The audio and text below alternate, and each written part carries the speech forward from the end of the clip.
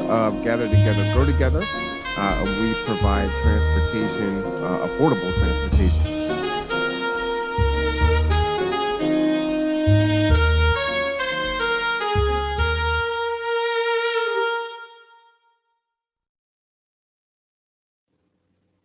All right, y'all. You know what time it is. This is the Conduit.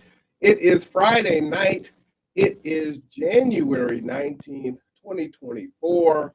Whew, man, the month is already almost over. And that's how it goes, right? If you started working on your New Year's resolutions, I really hope that it's going well. It takes about 3 weeks to create a habit, so you're right there. Keep going. If you fell off because of holiday celebrations, that's okay. Hop back on the horse and get to. Ain't nothing to but to do. But what are we here for tonight? Tonight we're here. We're going to be interviewing our guest, Shannon Turner, to make sure everything is good here. Oh, that sounds good. We're going great. I'm going to stall a little bit for time that more of you come in. I see you're already pouring in. So very thankful that you decided to spend your Friday night here with us, which is fantastic. It's very awesome.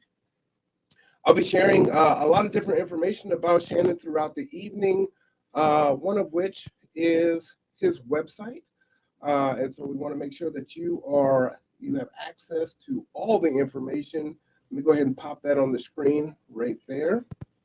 So you have access to that. You can read about his campaign and what he is about. Also, let me go ahead and just kind of throw that up on the screen there because we're already ready to go. This is how we do when we're prepared. And so we got some more folks coming in here. All right. So go ahead and take that off for now. And we'll come back to it. And what I'd like to do is I'm going to have Shannon introduce himself.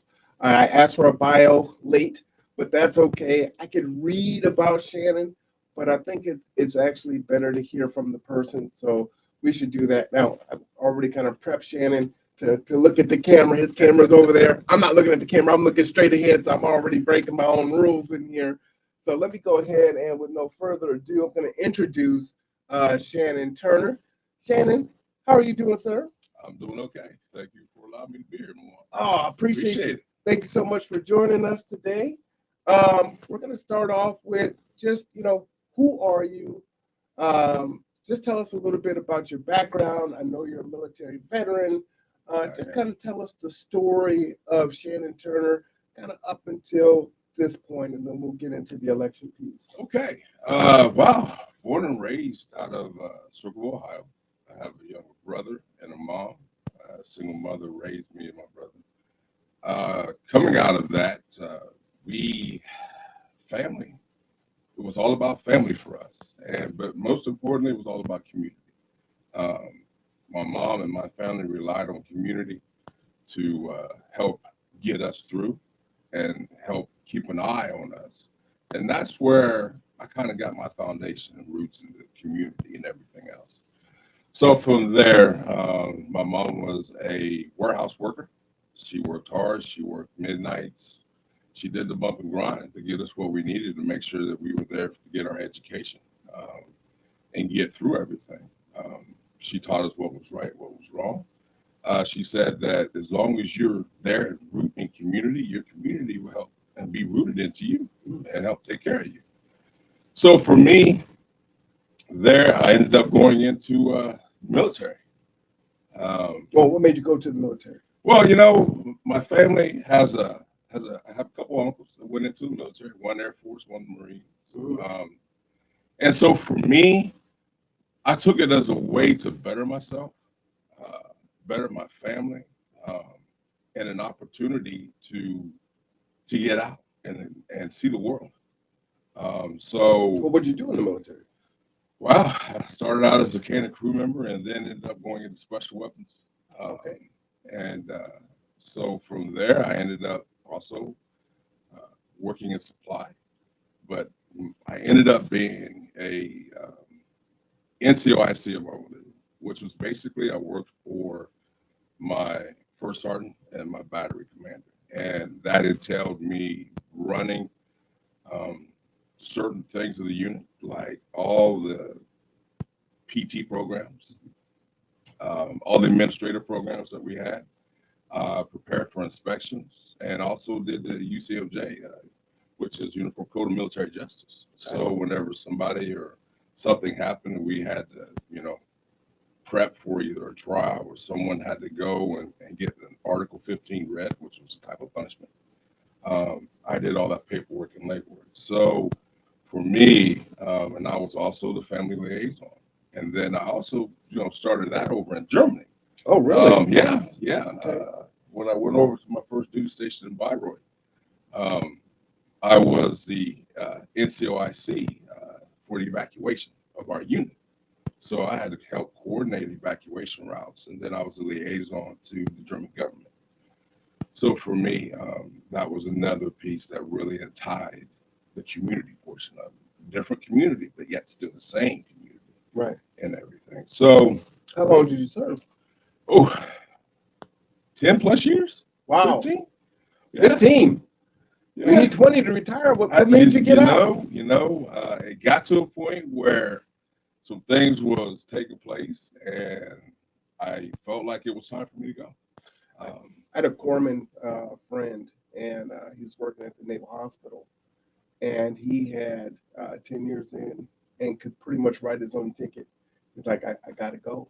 I gotta go. I was like, man, you're 10 years, and he was young. Yeah. I was like, man, he got 10. He was like, no, I gotta go. And he left, went down to College Station, went to college, actually flew down to his graduation. Oh, nice. And he's thriving. Nice. So I understand it. Yeah. Some people are like, how could you? You were so close. But when it's time to go, it's time to go. It's time. Yeah, and that's the truth. And for me, I felt like that was my time. I reached a point where I thought that I was couldn't do anymore. Mm-hmm. And I reached a point where, it was time for me just to say, okay, it's time for me to change. I've got nothing else to give or anything. And so instead of being a hindrance, time for me to change and step out in that civilian world, as we like to say. Nice. So what'd you do? You leave the military? I left the military, and it was hard. It was really hard because you're used to so much structure and things being in place. So when you process out and you get out into the civilian side of things, it's different because you don't have that structure. Right. There's nothing. And you're not really prepared for what's about to come. So for me, I had a hard time trying to transition everything over to civilian life. So I ended up, being homeless, couch surfing, sleeping in sheds, cars, wow. sometimes on a bench. Okay. Not necessarily knowing where my meal might come from one point to another. So, it was a difficult transition because, I didn't understand it. And then filling out the job applications and going to interviews and everything else, and not being able to get a job. Mm-hmm. So even though you served your country, even though I served my country, wow. At that time, it was something that was different. Mm-hmm. And were you here in Washington? Yeah. Okay. Yeah, I was there at Fort Lewis, now Fort Lewis McCord, but I transferred out at Fort Lewis. And again, things were not in place like they are right now. Mm-hmm. So, and the way I look at it is whatever you go through, what you get to do and how you get to do it, builds character. You get through it the best that you can, and then you keep, pressing forward. So for me, making sure I stayed in contact with my family back home. Where's back home? Circleville, Ohio. Mom, steadily on the phone with mom. Okay. That's it. OH, baby. So for me, it was that, and and I'm a religious guy, very religious. So it was dark. It was hard. Going through some things and everything else, and then suffering from PTSD on top of it. Made things really difficult, but you persevere. So let me ask you, we both work with the unhoused population. Um, any words of encouragement that you can give as you're telling your story? What pulled you through those dark moments for you to get to the other side, to the light? Making sure that you don't give up. And, the one thing I tell everyone, and it's, within that person, because you don't know what that person's going through, that person's story. So you coming up saying hello or providing a resource outlet for that person, Mm, or just standing there and listening and having a conversation could literally turn that person's life around. gotcha. I had a great group of friends for myself that helped support me during that time frame. But my light was the fact that resources and people would not give up on me. Now, and then you have that pride because you don't want to tell everybody what you're Mm, going through. But you have to swallow that pride and just put it out there because you can't get the help and assistance you need if they don't know. So for me, it was the resources, it was the fact of my connection back home, and then my community, um, allowing my community to help me. I think that's powerful because a lot of times people will isolate, right? They feel like they're in it alone or no one cares. There is the pride factor. And so they're fighting against all these things. And if they keep that community, as you said, Mhm. you can get through it. You can. Right. I mean, and that's the truth. I mean, I sit and I see this as I walk through the streets here in Bremerton and elsewhere. Um, and it was very interesting too because you had some of the same issues overseas, but very little because of the fact of the way their culture and everything is set up and the way their government service is set up. Mm, So, they really, really do emphasize community and taking care of the people. But here, um, it's all different. Everybody views it differently. Um, but for me, I stay grounded because I see and talk. They're humans, they're living beings. They're just like me, just like you. yeah. You just don't know what that situation is. And so, to treat them differently, there's no reason to because they're there. They're going through their battles and their struggles. And again, like I said, holding a conversation, providing a resource, shaking somebody's hand, could just turn and provide that little sliver of a change that can grow. And then next thing you know, they're coming out and fulfilling that promise to themselves that they may have once had by getting the resources, getting the helps, getting into a substance abuse program, and everything that's provided. Um, And it's not too late. You're not too old. it's never Don't worry about what I should have been already over here. If I no, had made these mistakes, don't worry about that. it's all gone. It's Mhm. all out the door.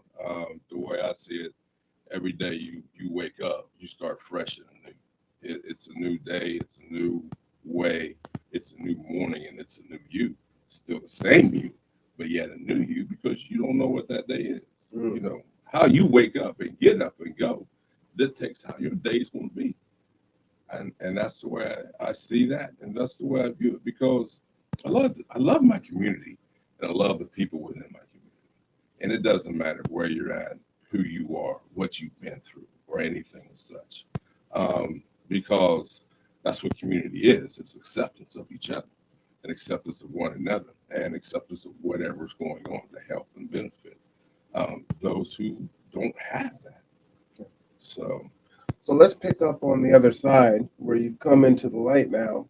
One thing I'll say to folks is, you hear this saying a lot: don't make a permanent solution to a temporary situation, right? yeah. But pick up on the other side.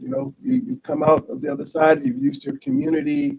You swallowed your pride, and here you are now. Talk about that. Where are you going from there? Wow. That journey and everything because it all started with my daughter, Ashlyn, and that Head Start program at KCR. Because of that, that allowed me to understand exactly and use my voice of who I am and being a parent and to advocate on behalf of my child. Because education is key. No matter where you're at or what you're doing, you need to be educated in order to go and do what you need to do and go to that next level. So when I found out that they had a parent policy council, I was kind of voluntold, Okay. which was a great thing. But when that happened, and then I started realizing that the people there were just the same kind of people like me. Mhm. They were there to advocate. Victoria Hill, oh my gosh, oh, awesome. She was the first person I talked to, and was the first person that I tried to emulate because she Okay. was chair, because she was about the kids, she was about the education, she was about the resources and everything that was needed and required, and that was promised by the state and the federal government to help our kids break down and get through certain barriers that were needed in order to do that. So for me, that just kind of added air underneath my wings and gave me the confidence. So with that, I decided to run for chair for the Parent Policy Council. So myself and Drayton Jackson were the first Black fathers to be policy chair, president, and vice chair and vice president Nice. of the KSR Policy Council. And then, we went to Washington, D.C.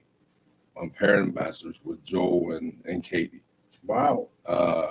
That program is something that just a wealth of knowledge and information, but they're there to provide you with what you need to educate yourself, to build yourself up, to make you stronger, and knowledgeable. So Drayton and I went to Washington, D.C. for a meeting there. Him and I were among 9 fathers, I believe, in a room of 900 people. Wow. And I think for us, that said a lot. Mhm. And then we got a chance to speak and say why we were there and what we were doing. Because when you're in a room like that, you're in a room with a lot of women. So for me, it was, well, what about the dads? Mhm. What about the males who are trying to do right and be there for their kids? We have a voice. We have something to say just as much as, the women parents do. And the single fathers out there. We didn't have anywhere to go or anything. So, it was kind of, and then for us being Black and doing this as well, it's kind of making a standpoint of it. So Drayton and I made a pact as we went and saw the Martin Luther King monument there in Okay. D.C. and seeing that structure and standing there and reading and knowing the history, you're just in awe. Um, Tears flowing, and just understanding what they went through, what he went through, and how he did it.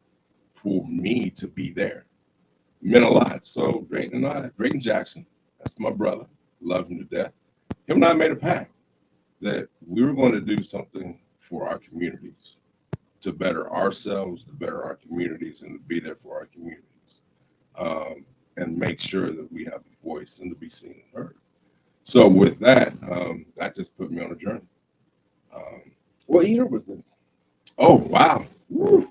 I'm Not, dating not, you. yeah, you are. Yes, you are. I would say. Oh, Pre goodness. OC or post OC? This was pre OC, Okay. very pre OC. So I'd say 2014, 15 timeframe, 16, Wow. somewhere in there. Okay. I had just started going back to school and everything. So, and we were both paralleling each other. And Drayton was getting back into school. And at that time, just as I was getting into OC, he had started the club and everything for, I think it was the Black African American Club Mhm. that he started, that he was president of. And then he went on to become OC president. Mhm. So I took over the club. And then he left and then I ran for OC president. And I did that for 2 years. And so I was there for both of your tenures. Yeah. Yep. Yeah. So for me, that was the life alternating thing, because now I was in a place, and it was 2016, because that's when, President Trump got elected and the change started taking place. And so with that happening, that was the time, because we had to come together and figure out, oh wow, what are we going to do? How are we really going to do this? And what kind of ride are we in for? So being student body president, I was all for the students. I wanted the students to know that they had, regardless, a safe place, because LGBTQ, blacks, the minority community, and the population, we took notice on that election day. We took notice, and everything, and then things changed. There were some threats that came down later on, that we had to deal with at OC. Wow, really? To college? Yeah, wow. To college. Okay. People were kind of, lashing out, and, at the LGBTQ community, and everything. So, things were a little unrest. So for myself, being student body president, it was a matter of staying in touch with the student body, but also staying in touch with the community and letting the community know that we were here, what was going on, and what was taking place. So with that, made things aware. That's when I found out I had students sleeping in vehicles, nowhere to go, and I had students coming in with nothing to eat for lunch, and everything. And I had a great student government with myself, and everything, with my vice presidents and my chief financial officer. We really did what we could do for the students. We made things aware. We even had a night where we dedicated clothing and food and everything, homeless night, where we slept outside on one of the coldest nights with a fire, to bring awareness to just what was taking place. So that kind of led, and then that gave me the opportunity to go and speak with, our state representatives down in Olympia. They gave me a platform, and everything, and then it allowed me to go out and touch base with the community as well, but also our local government. So I went to city councils and introduced myself in Bremerton, Hallsville. I don't think I made it out to Bainbridge Island, but I made them aware of who I was, what we were doing, and what we were trying, what was happening, and what was going on, and that, hey, we're here. Include us, because I'm going to ask for help if need be, and we're going to show up and show support and be there. So that's where that was, and everything. So it allowed me to really hone in, and then find out about government policy. At the time, it was Representative Hanson, and everything, dealing with student aid and those barriers for myself and for veterans and family members, working alongside him about the grants, and then working with Sherry Appleton and Senator Rothfuss at that time, and State Representative Sherry Appleton, who was there. I was talking about the Head Start community as well, because I still advocate for early education. I love early education in my kids and K through 12, because that's where everything is at. When you say that's where everything is at, touch on that. Why is that so important? Because it starts with our kids. I mean, if you really want to get down to it, it starts with the family values and traditions at home. But the education our kids get gives them the empowerment to understand what's going on. So they need that from the early start, and then getting into the system. Now, I know the system's not, the greatest, and there's barriers there. But again, you need to try and focus and ingrain yourself into getting that education, so that you have that knowledge, because they say knowledge is power, and in a lot of cases it is. Only if you use it. Only if you and only if you know how to use it. Yeah.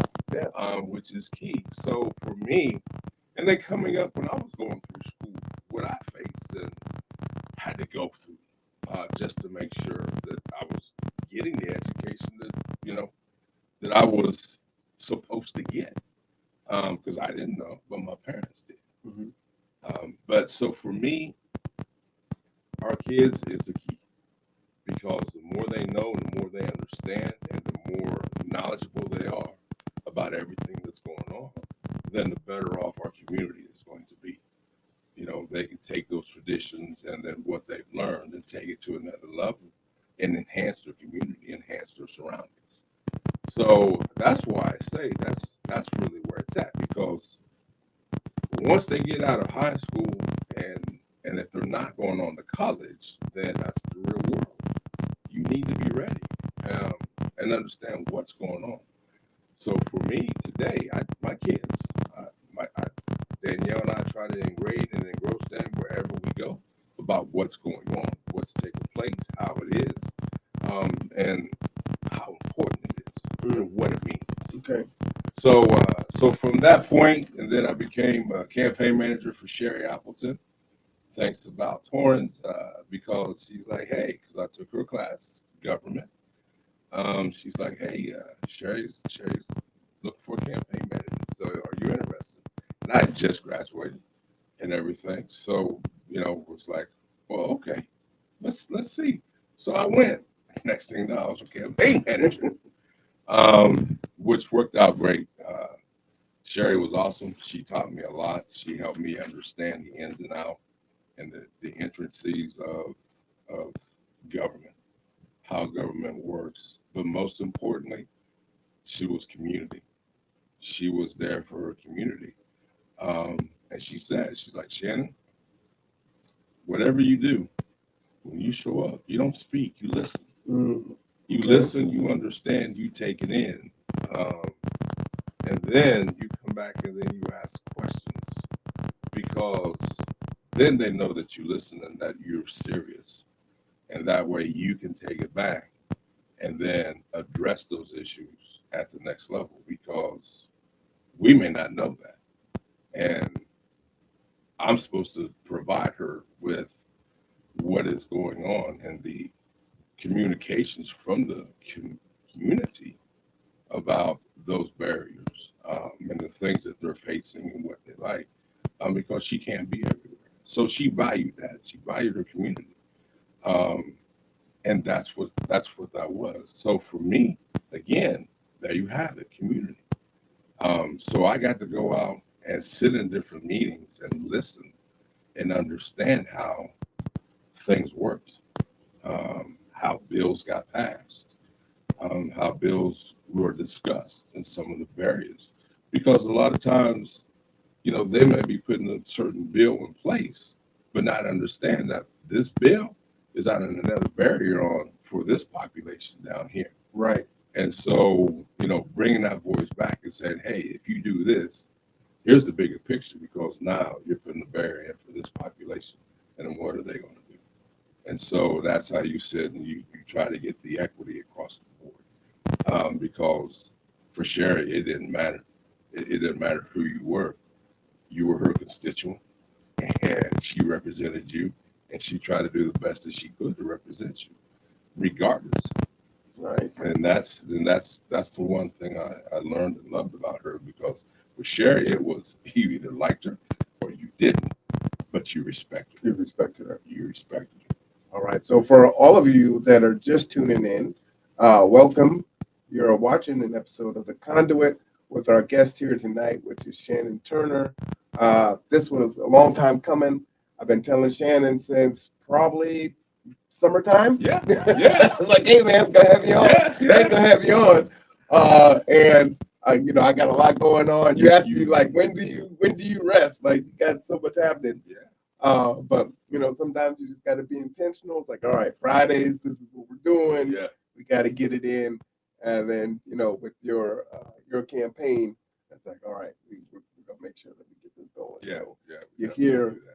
Thank you everyone for joining us this evening. We are going to save some space for questions. So if you do have some, you can put them in the chat and we'll try to get to the ones that we can get to. Right now, Shannon is kind of going over his background. So we've got an understanding of who he is and what shapes the man that Shannon is today, and the type of community member he is today, and why it's important for his campaign run.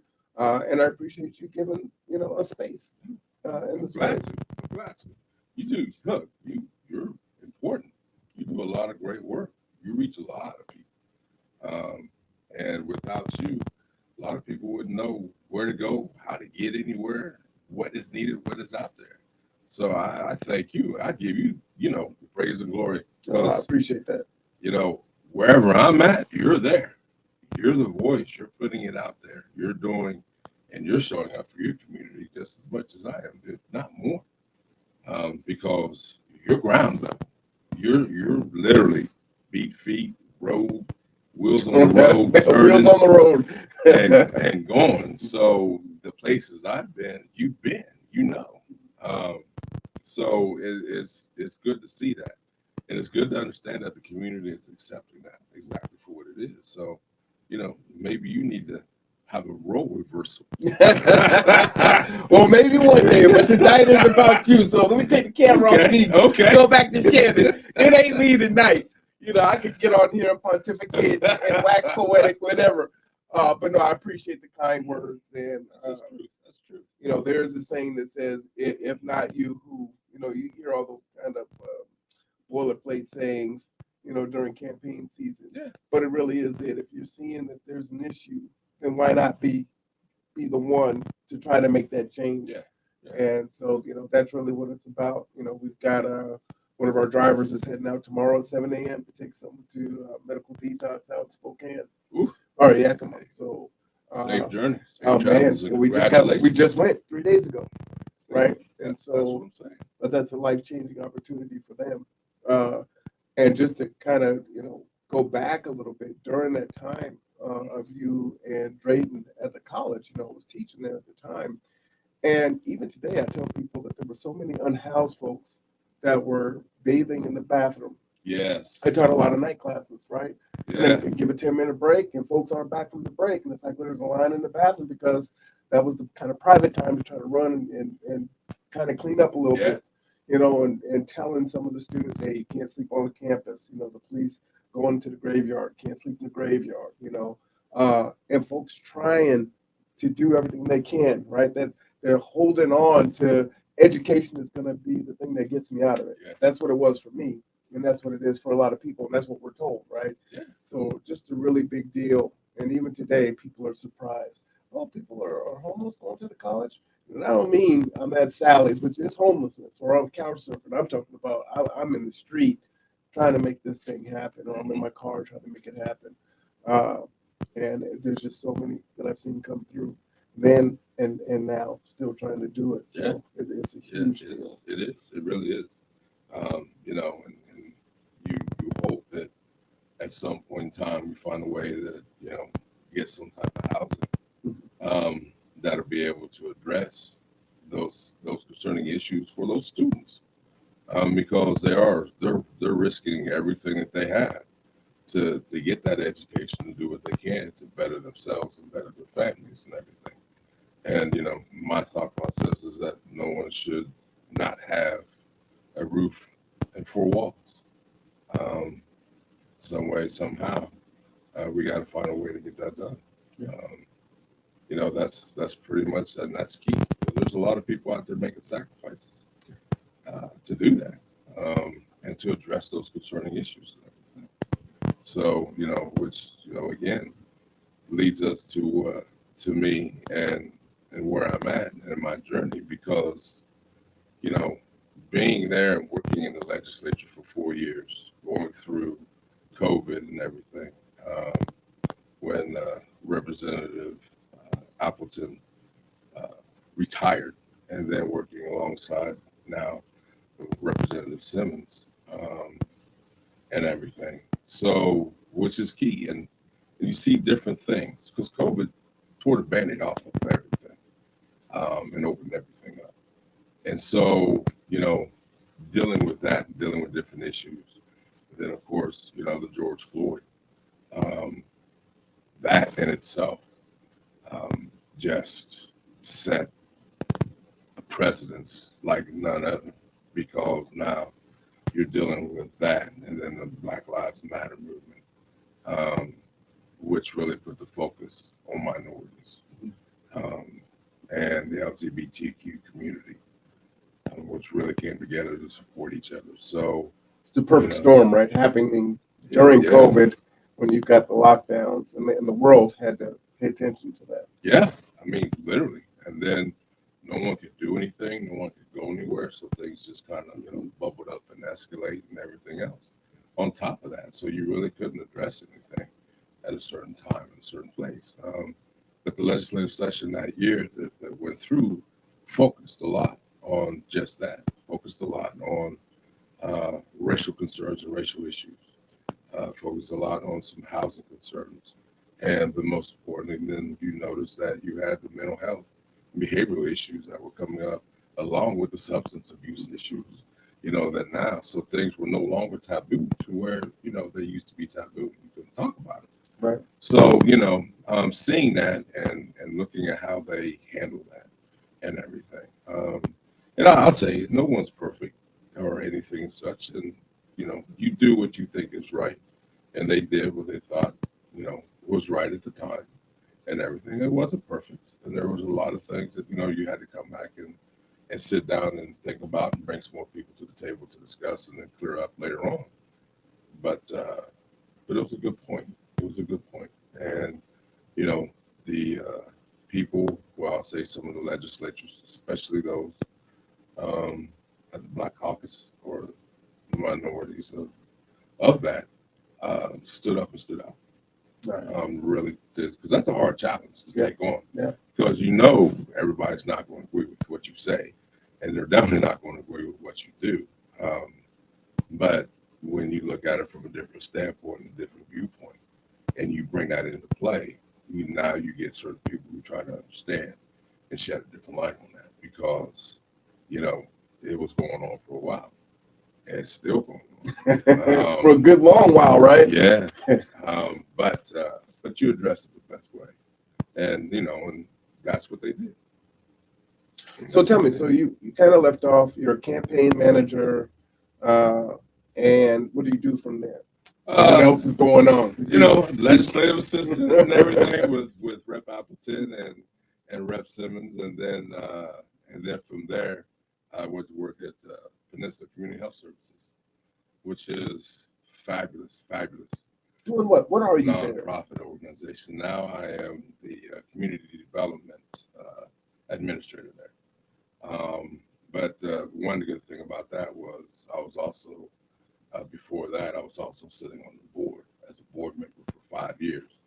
So it really gave me an opportunity to see who and what PCHS was, and the work that they were doing. Their leadership group, led by Jennifer Carter Moss and Lynette Bird, are both just amazing, because what they see and how they handle everything. And Jennifer and Lynette are about community. Mm. And that's the one thing that I just love and I thrive on, is the fact that it is community first. They're there for community. They're there for the patients. And you can. And the fact that it is really, it's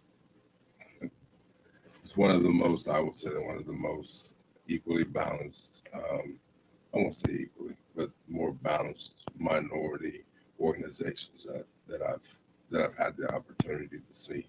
In what way? In regards to like representation of like LGBTQ. doctors, I mean, well, higher level staff. LGBTQ, Mhm. the minorities, those who, are getting a second chance coming out of that system, Gotcha. and everything, they have an opportunity. They see you as you, Gotcha. the doctors, the providers, because when you're a community provider, it's not the easiest thing, because you're seeing all walks of life, and because of that, this is what PCH does, because they don't see barriers. They come and see you where you're at, um, and they're there for you. And like I said, they see you as a patient. They see you as a person as a whole. And that's one of the great things that that leadership group has at this organization is community. So for me, it was like a hand in glove Okay. because community. Um, and with the leadership and what they're doing, we're continually to expand. We're continually looking at how we can better our relations with the community and get the community because you know that you hear that you know who we are, but do you really know who we are and what we provide and all the services that we provide and everything? So tell me a little bit about what does your position entail? Petition entails communication out to the community, and then we go to certain events, and then certain organizations might ask for us to come and present to provide some of a background of who we are and what we do in the community and everything, and then some of the things of what we may have going on down in the future, and sometimes to provide better relationships and that be that liaison, so to speak, between the community and the organization and everything. So for me, it's getting the opportunity to talk about an organization that I love and I love representing because of the work that they do and how they do it and the fact that they're there for the community and everything. It's pretty awesome. You talked about diversity being there, Yeah. and we think about systemic racism, right? How are these systems in place? And a lot of people that can't identify what the systems are.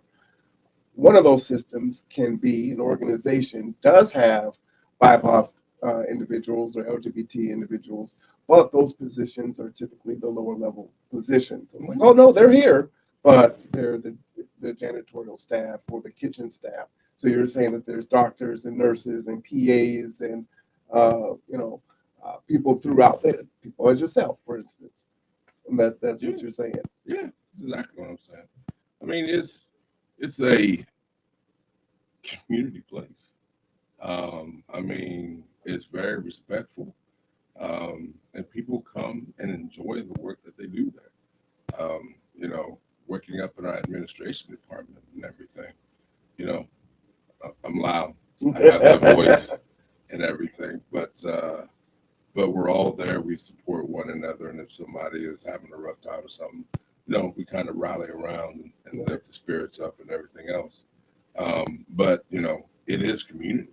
It is a work community, um, and that's what they try to entail, even at the clinics that we operate out of. It's the same thing. It's a community. Everybody is there to support everybody. And again, you're seeing the patients. You're seeing patients from Sally's coming through our clinic, and they get treated with the same respect they would be as if a millionaire walked in.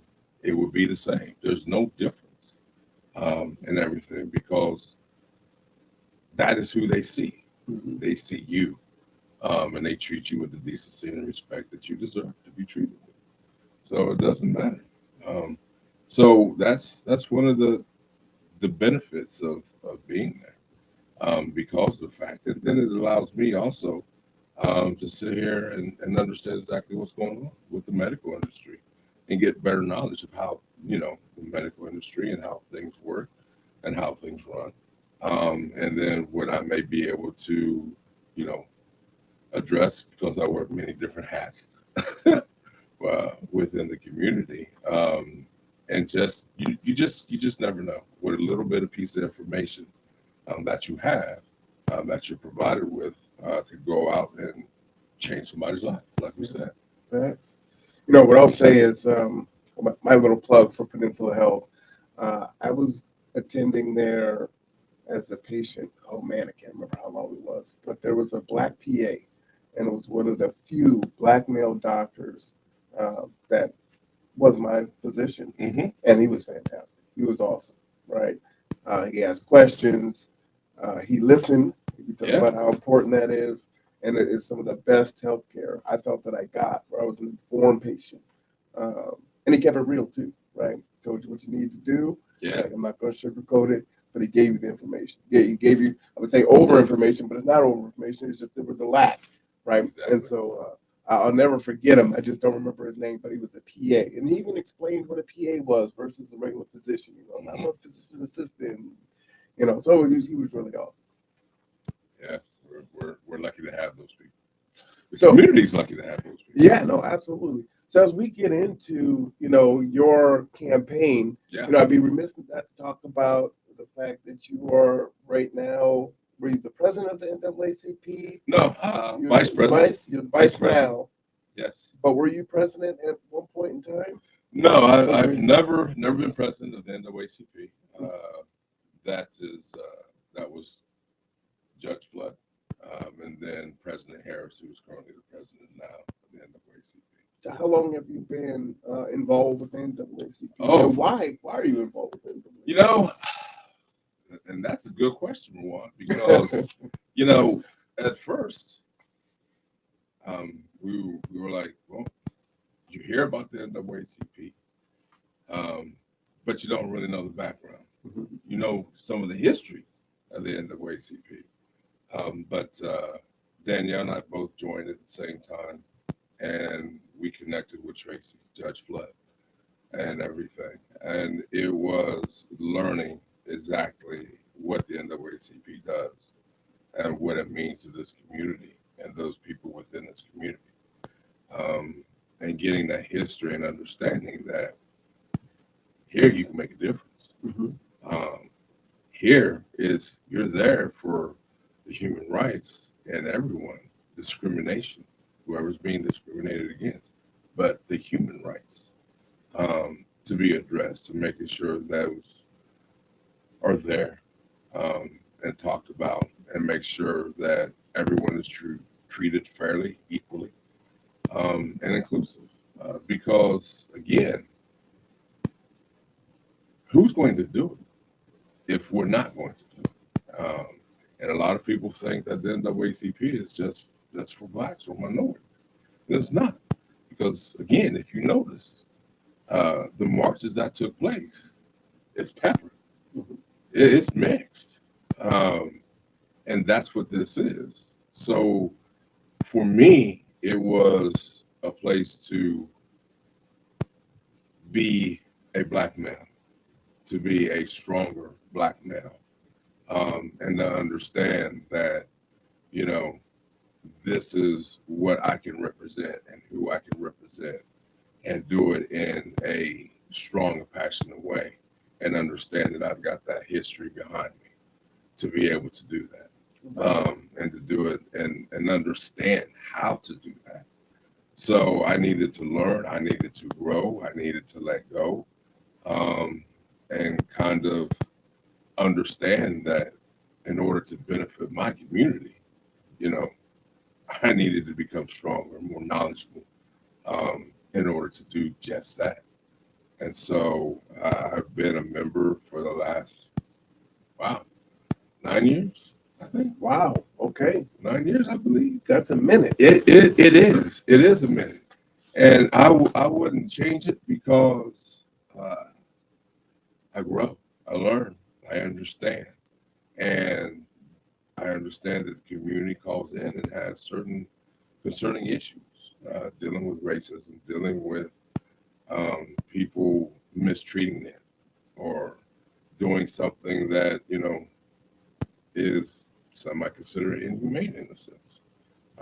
But touching on those aspects of it and just clarifying things, and then making sure that we provide those resources in order for them to have that addressed in the proper way, in the proper form. So, I wouldn't change it. And to this day, my mom back in Ohio and everything wasn't there. You didn't, unless you were in the big part of the city and everything else. That's where you really heard, but still it was a quiet little voice and everything because, had to fall in line. But here, no, there's no falling in line. It's not. and we have the knowledge, the understanding, and the resources at hand to come out and handle and say, you know what, this ain't right. Whether it's at the school, whether it's at the workplace, we know how to address it, and we have that knowledge to address it in a proper setting, in a proper way, to ensure that it doesn't get pushed underneath the rug Gotcha. or anything like that. So tell me this, right? You've done a myriad of things. You are doing a myriad of things. A gaggle, a cornucopia, a plethora, a plethora of different things. What is there anything else that you got going on that you want to share before we get into your run and why? Because there's a lot to go through, and again, I appreciate it because a lot of people they don't understand. They see us, we're doing the work. Uh, you get a little bit of side story, maybe you get an icebreaker in the middle, maybe you get some side conversation, but people don't understand the totality of what makes a person go to the meetings and serve on different boards without pay, right? The sacrifice. You're away for your family. You're trying to do something bigger and better. Sounds like you might have been scared to death. You were voluntold to join the board in the very beginning, right? Do I even have the right to have this voice? How do I have this voice? Yeah. But you're here, right? And so is there anything else that you want to share before we get into uh, what it is that you're doing? Shout out to Martita who just left. She had her show on a little bit ago. She says, my highest respect for Shannon. Thank you for all you've done in this community. We're so blessed having you in this amazing community. Thank you, Martita. But we're also blessed to have you and what you're doing in this community, speaking up, Right. having that voice. Because I remember when you first went to Evergreen Park and spoke out about what was taking place against those who did not think that they belonged here. That population of those who were being, taken away and whatnot, because that's where I first spoke it publicly, in a sense, Really? and like out in public and everything, and representing Representative Appleton at the time, because she was there in full support of those being deported and everything. So given that opportunity, so she helped me.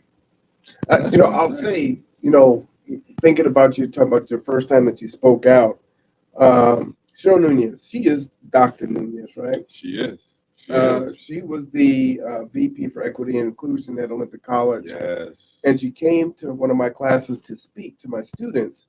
And what the students were talking about was, again, the fear of speaking up. Do I deserve to speak up? I don't have the right language and the words. And she said, don't worry about using, 10-gallon words. Just say what you feel. People will understand it.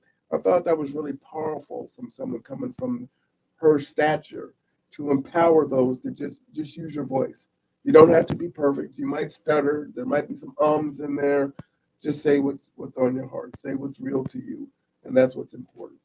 Yeah, that's where you get your strength from. Cheryl Nunez was awesome.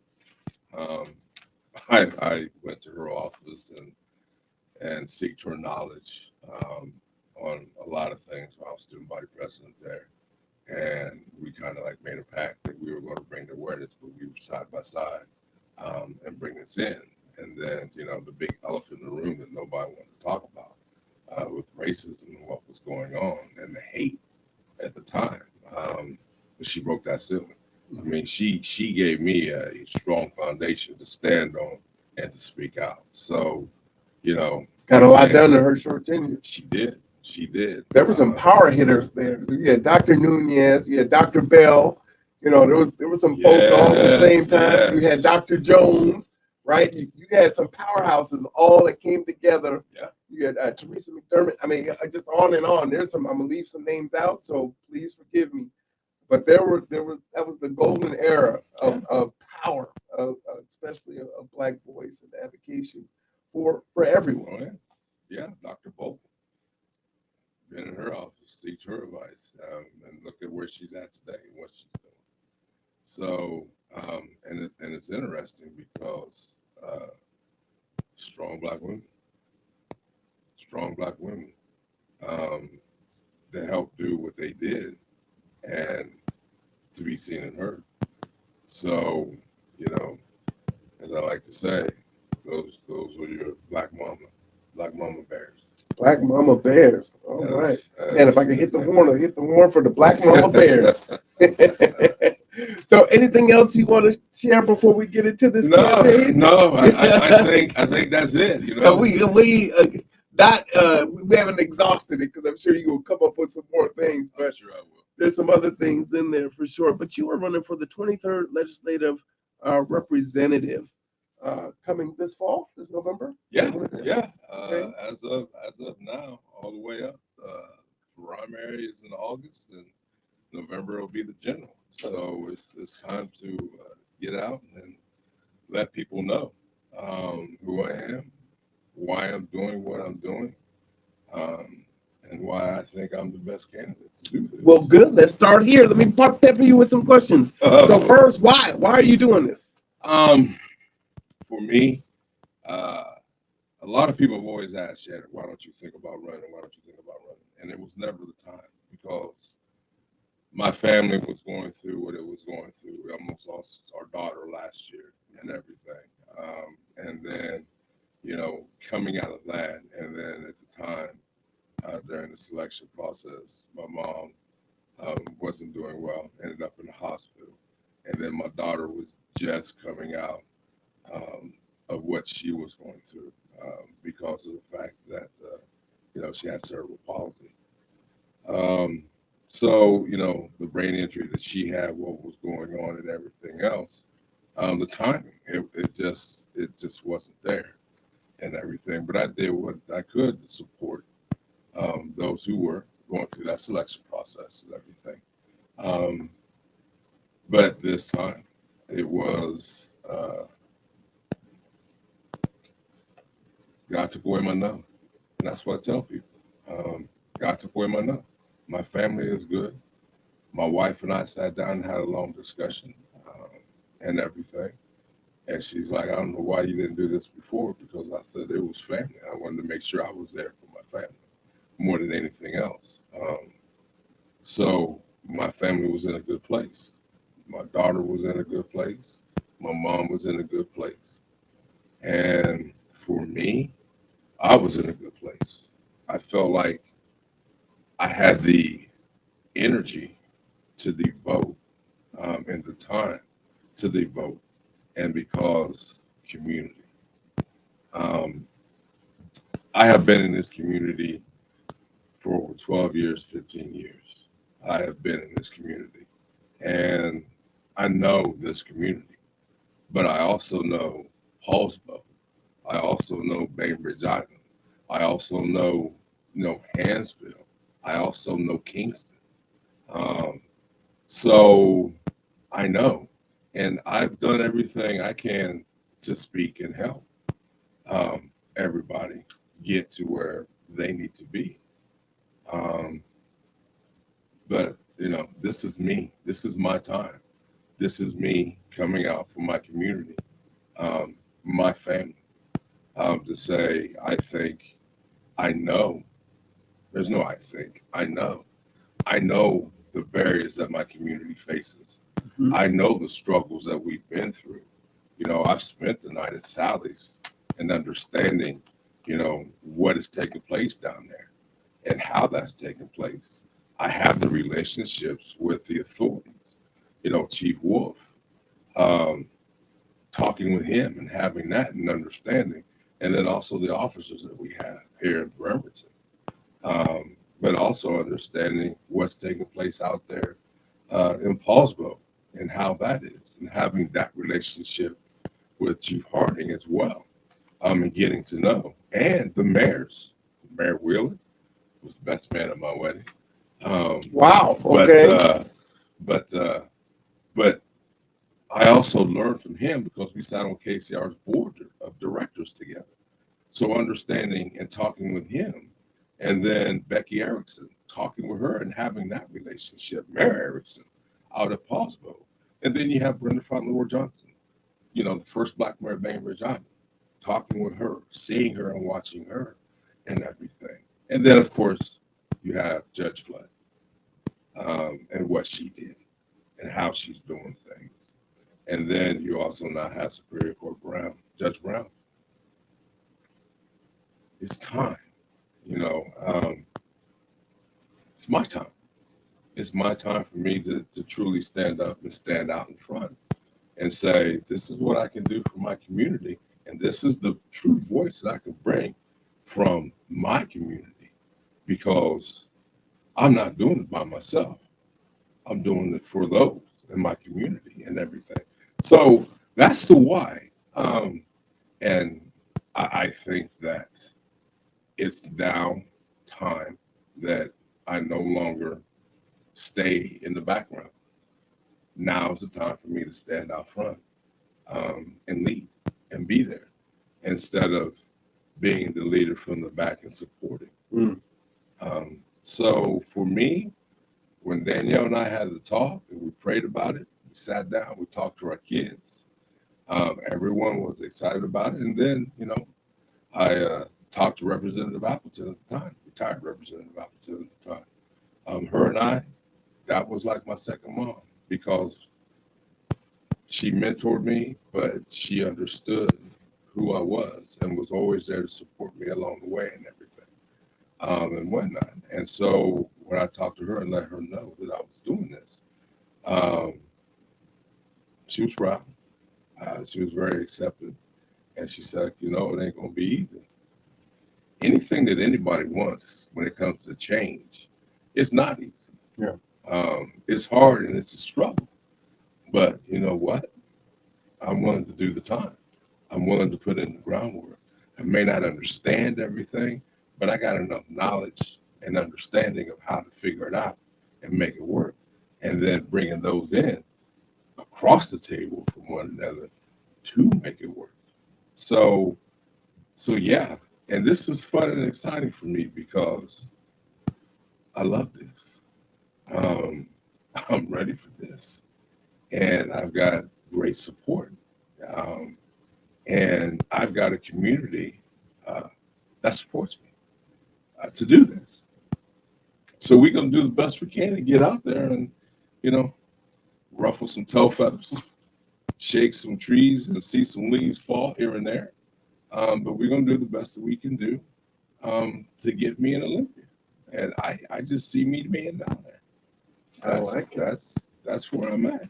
I like it. Why don't you take a sip of your drink there? Oh, thank you. And I will let people know again, if you're just joining us tonight, we're interviewing Shannon Turner. We're getting into the meat now. Shannon is running for the 23rd Legislative Representative come this November. Position 2. And so we're getting to hear firsthand what is important to him. We've just gone over the why. Yes, Joe, we are going to take some questions. Yeah, you know what? Since we're here, we were going to jump into his 3 main things. And again, everyone, you can go and get the information from his website. I'll go ahead and pop that up. You want to tell people what the website is? Yeah, Vote Shannon Turner. Well, that keeps it simple, right? It's simple, easy, right there. Vote Shannon Turner. Facebook page is Elect Shannon Turner, right there. Elect Shannon Turner. That's what that is. All right. So since Joe has kicked it off for us, you have 3 major platforms. We'll go out of order since she talked about, she brought up healthcare here. So I'm going to go ahead and let her ask the first question here. Can you say more about your vision for improving healthcare in the 26th or the 28th? Sorry about that. The 23rd LD? 23rd. Vision. Wow, that's a great question. We sit and we look, and it was really something that was really interesting, because when you look at it, when Harrison Hospital left our community, that hurt our community, because you took away a vital part of where everybody could go, knew how to get to come and address the issues and concerns that we had. So when that happened, and you have CHI Franciscan out there now at St. Michael's, correct? Um, Now it's a matter of trying to figure out how to get there, um, how to get back, and everything. But when you're looking at the health disparities here, it's a matter of getting providers here, looking at a public hospital. It's a matter of sitting there talking about uh, what we can do to make sure that the community has public access to address their healthcare needs. OBGYN, to get them here, to address the maternal needs for those. And, you know, so for me, it's a matter of bringing everybody to the table. It's a matter of looking at your local government and looking at some of your healthcare industries, your MCOs and everything, and finding out what that need is and addressing that need in the forefront and everything else. Because, you have gender rights and everything that is there as well. And especially now because our kids are really, really the ones who also need that support and that protection. Um, so for me, it's a matter of getting everybody at the table and sitting down. There's already talk and discussion going on about a public hospital and how that may look and what it may take in order for them to be here. And I'm not going to sit and lie and say I don't support that because I do. And when you say public hospital, are we talking about a secular hospital or? No, I mean, I will say it. I would have to sit down and figure that portion of it out, and what that may look like. Because again, um, you have another, I think, an emergency room that's opening up out there on Kitsap Way as well. But taking some of the pressure off of the emergency room and everything. But it's not addressing the main issues that we have. Because again, you're looking at, where's everybody going to go to address those healthcare needs, and everything that's being discussed, and that's taking place. So, and again, that's where I would sit down and talk with the professionals, and get more information and gather more information and come to the best decision that we can to make that happen here within the community. So. So I'll share one thing that I think is important that's been missing here on the peninsula, and I will combine some of my questions together. Healthcare was important to me as one of my platforms, and I was running for city council.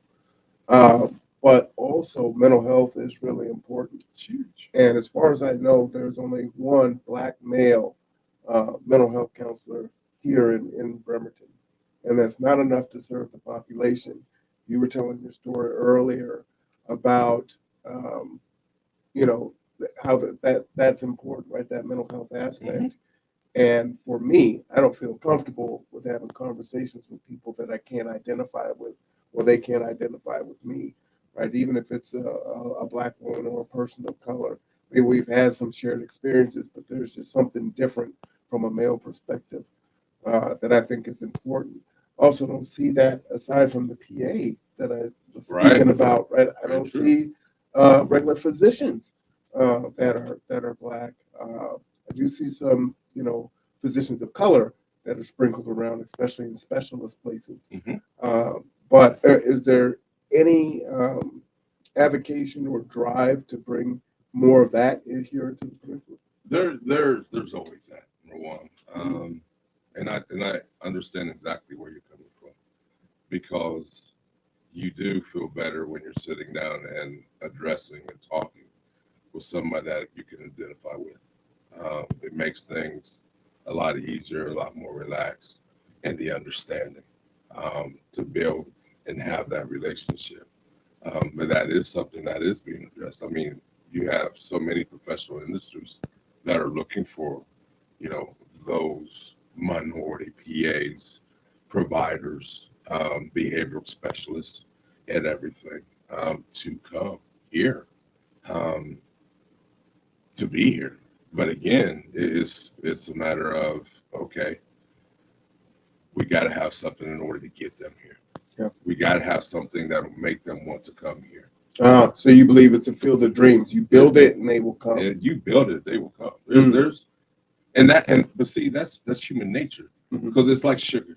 Mhm. You get a little taste of it, then you want a little more of it and everything. So when you address those issues equally across the board, and you level out that playing field and you start building off of that, then the next thing you know, that word of mouth and everything else is going to go. And you've got more and more people coming in saying, okay, I've heard, and I've heard great things, and this is what's going on, and this is what they're doing to address the concern and the issues, to make it better. And I think when you think about a black male, going in and everything, it is hard because it's not it's not there, and you have to rely on someone else to fill that void and those shoes, so to speak. And there is concerns, until that relationship is really strong and going. You continue to struggle, with that, and so you know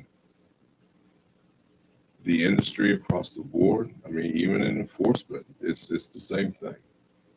Getting minority cops or black officers or anybody of that status, to be here Mhm. to help, and to understand. And it's just, again, we have to have something for them to want to be here. And luckily we've got a great force, um, police force here at Authority. But again, on that medical and behavioral side, you're right. I mean, you have Kitsap Mental Health as the only agency here, and they can only do what they can do. But And again, unfortunately, it doesn't exist there. no, unfortunately, it doesn't. But you can't blame them at a certain degree or fault, because again, we have to have something here from what them to come, I believe, and we're working towards that, and it is getting better. And I think that's something that we can definitely achieve. But we got to get everybody together in order to achieve it. We got to achieve it as a whole, because you can't achieve it as a fraction. Well, that's true. We have another question here from Martitha. She says, "Do you have a plan on how to serve the Latino community? What will you do to reach out to our marginalized community? And what's your plan to eliminate barriers and to provide equity and eliminate racism at our local schools?" Um, Bringing everybody to the board, showing up, asking the hard questions, getting your local leaders involved, but most importantly, giving that community a platform to speak, and let them speak without interruption and understand where they're coming from. Um, and then do what you can do to provide the resources, but most importantly, do what you can do to elevate them and their concerns, that need to be addressed. I think when you sit and you look at that community, especially there in Paulsbo, and what they're going through and what they're facing, um, it's a matter of listening and understanding. Um, and again, it's a matter of respect, because you don't know what they've gone through. You don't know what their kids have faced in school, between the name calling, the bullying, you know, the scare tactics. I know. I went through that myself as a child, growing up. Mhm. And I'm telling you, it's scary. But the thing, you show up and you address it and you make it known and you tell them, I hear you, but most important, I believe you. I believe you. And let's take the steps that we need to do to either figure it out and move forward. But again, we all need to come to the table with understanding voices and an open mind, so that we can hear each side. But they need to be at the table. They need to have a voice at that table, because you can't do anything without that. And addressing racism in the school, showing up in solidarity, showing up and addressing and letting whoever that racism went against or what is being affected, saying that, listen, this is something that is taught because we're blank slate, and you're taught the things that you're taught in education. Because when you look at it now, you have more people wanting to be like us, wanting to walk alongside us, wanting to stand up and be proud and voice with us. So that right there says what it says. And these are kids. The kids want to be heard, they want to be seen, they want to be understood. But again, they also want to be respected and making sure that, they are believed with what is going on and that they matter to the school. That's the key. So the school's got to show up and say, okay, yeah, we do hear you, we do acknowledge, and yes, you do matter. But we also have to understand, again, those policies that are in place, that have been in place, and trying to address them and get those changed. And that's the one thing that you can do at the state level and then at the national level as well, is look at how you can affect and address those policies and make that change. The smallest change can have the biggest ripple. But you've got to try and make that small change happen. So what you're saying is that would be something that would be in your purview. Oh, yeah. Is to change that. Okay. Yeah, All yeah, right. definitely. Because a lot of people don't have a good idea, and maybe I should ask that question: is what does the representative for District 2 do? Like, it's the same as a state representative. We oversee everything that we have within our district, and then from transportation to the schools to healthcare to local laws and everything, but affected statewide. So we add our voice from the district into the statewide voice. got you. So that it can be addressed and heard. So you have other representatives that are there doing the same thing. But it's a matter of, okay, this is what's really affecting and my district, which is the same thing that is affecting the 26th, which is the same thing that's affecting the 23rd. So you have three large districts all of a sudden now that are being affected by this. And then you look at making some type of law or putting a bill in place to address that. And that's what that is. And that's how that works. So you're taking something that you hear across your district, from Indianola, Hansville, Kingston, Bainbridge Island, Paulsbo, Silverdale, Manette, and everything on the west side of the ridge, and taking that and saying, okay, now who can I partner with, and have an effect that we can do something to address these things, and I think that's one of the strongest points there that you can do. So the job it's important. The job is very tedious. And it never ends because you're listening and you're going to meetings and you're meeting community members across the board, regardless of who they are. And you're going to get those who don't like you, but they may have a valid point. And just because they may not like you, but that point is valid, you still have to say, you know what, that's a great way of looking at that. I never thought about that. Maybe if I take this and put this with this and kind of mesh it together, then I can address something that's going to address everything across the board. So We don't hear that too often, so I appreciate that viewpoint. I talk about that almost every Wednesday ad nauseum, saying, you have to talk to the other side, to your opponents, to those that don't think like you, and see where the win-win is in it, right? We know it's easy to see where we're divergent. Where do we agree? Yeah. Where can we build from there? Yeah. So the three main things that you have on your website is housing, homelessness, healthcare, education. You answered a couple questions about healthcare. Anything else you wanted to add in regards to healthcare? Why is healthcare important to you? Well, healthcare is important because it affects everybody. Mm. Healthcare, there's not one person that it does not affect. And when you're homeless, your healthcare is affected in that manner.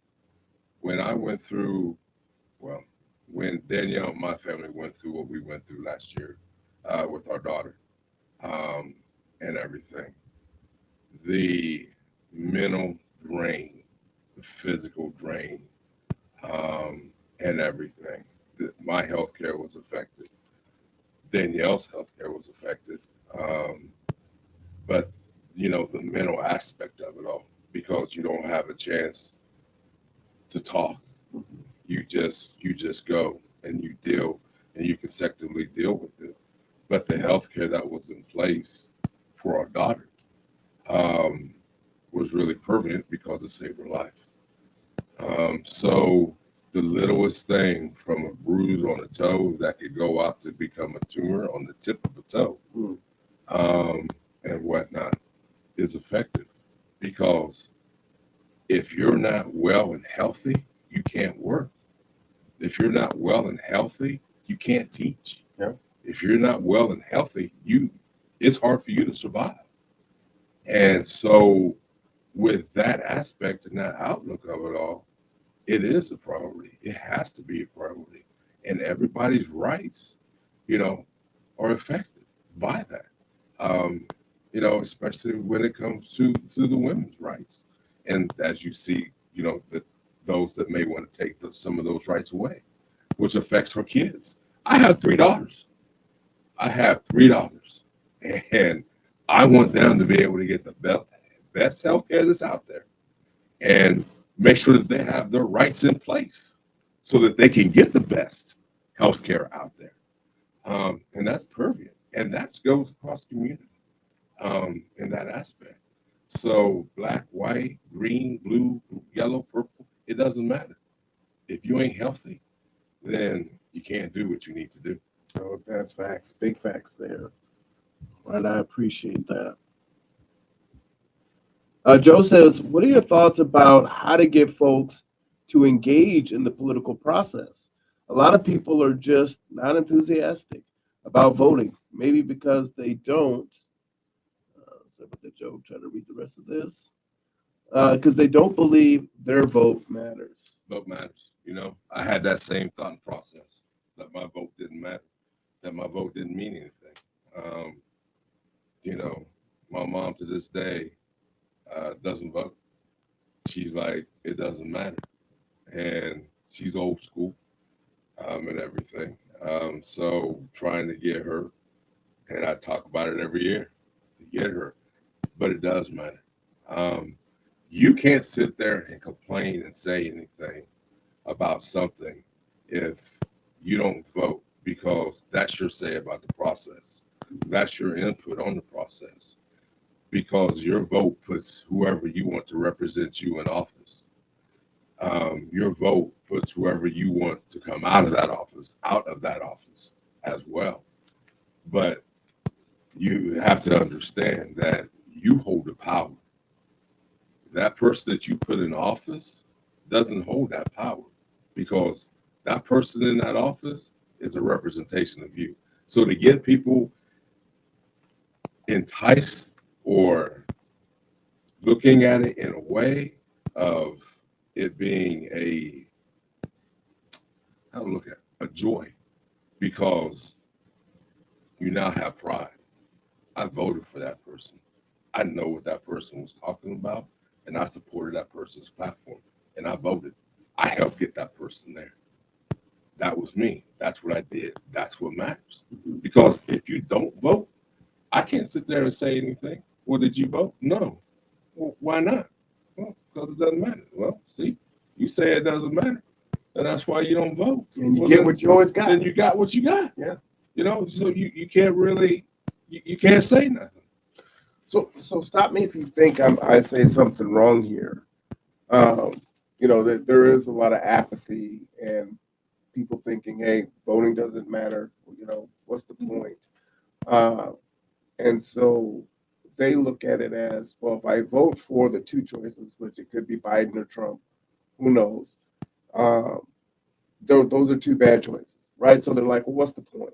And so what a lot of folks will say, well, down ballot voting is more important, which down ballot voting means local voting, right? Mhm. That actually change comes from the bottom up. We, the people, there's more of us down here, and we send the representatives up, right? So whether it's city council or mayor or governor or, senator, state senator, or representative, that's where the change comes. Yeah. Am I saying anything wrong there? No, you're not. But see, you also got to look at it from up top as well, Mm-hmm. because what they're doing up there does send that ripple effect down, because you're looking at the parties, and so the parties communicate with each other on a national level and on a state level, and then on a local level or district level. So they're communicating and getting forth. So there's processes that are in play to say, oh, we want to make sure that this platform gets discussed on this level. We send delegates to these national conventions so that they represent us across the board in the state. So that's where we have our say. And that's where that matters, because if we're saying as a state in a whole, no, we're not doing this because of such and such, and it needs to change, then it gets addressed, and that change. Well, and I guess that's my point is when we see the presidential election, we get the get out the vote, rock the vote, all of those things happen. But for representative, we're not going to get any of that, right?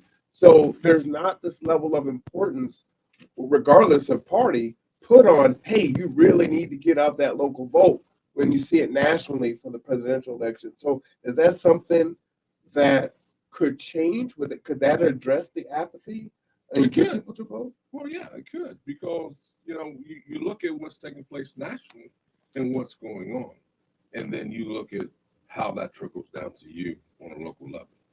And so when you look at it as that, then you address what you need to address on a local level, which starts with your local government, your city council, your mayors, and then it goes up to your state representatives and to your governor. And then it goes up to your national representatives and your national senators as well to address that. Because again, everyone talks to everybody. So when you think that it's not really mattering, it is. It really does. Because you get put in with a select group or a population that shows the demographics of who's voting and where they're voting at and how they're voting. And that means something, because that means that the message that's being sent is being reached, and being understood. And if not, then we need to do what we need to do to change that message and make sure that it reaches the people that it needs to reach. I tell everyone that sometimes maybe you don't look at what's taking place nationally, and you take a look at what you got going on locally and statewide, there, because that influence that you have here statewide and everything goes up to that national level and gets pushed out. And then that's where that turn is and to come into play, because I have to face that as well, because there's times where you're like, I don't want either one, but yet what lesser of the two evils will I get if I select this person over that person? Okay.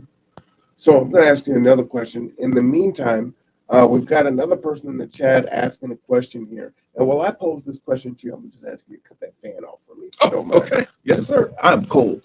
But here's my question, or really my statement. I just want to get your feedback on there.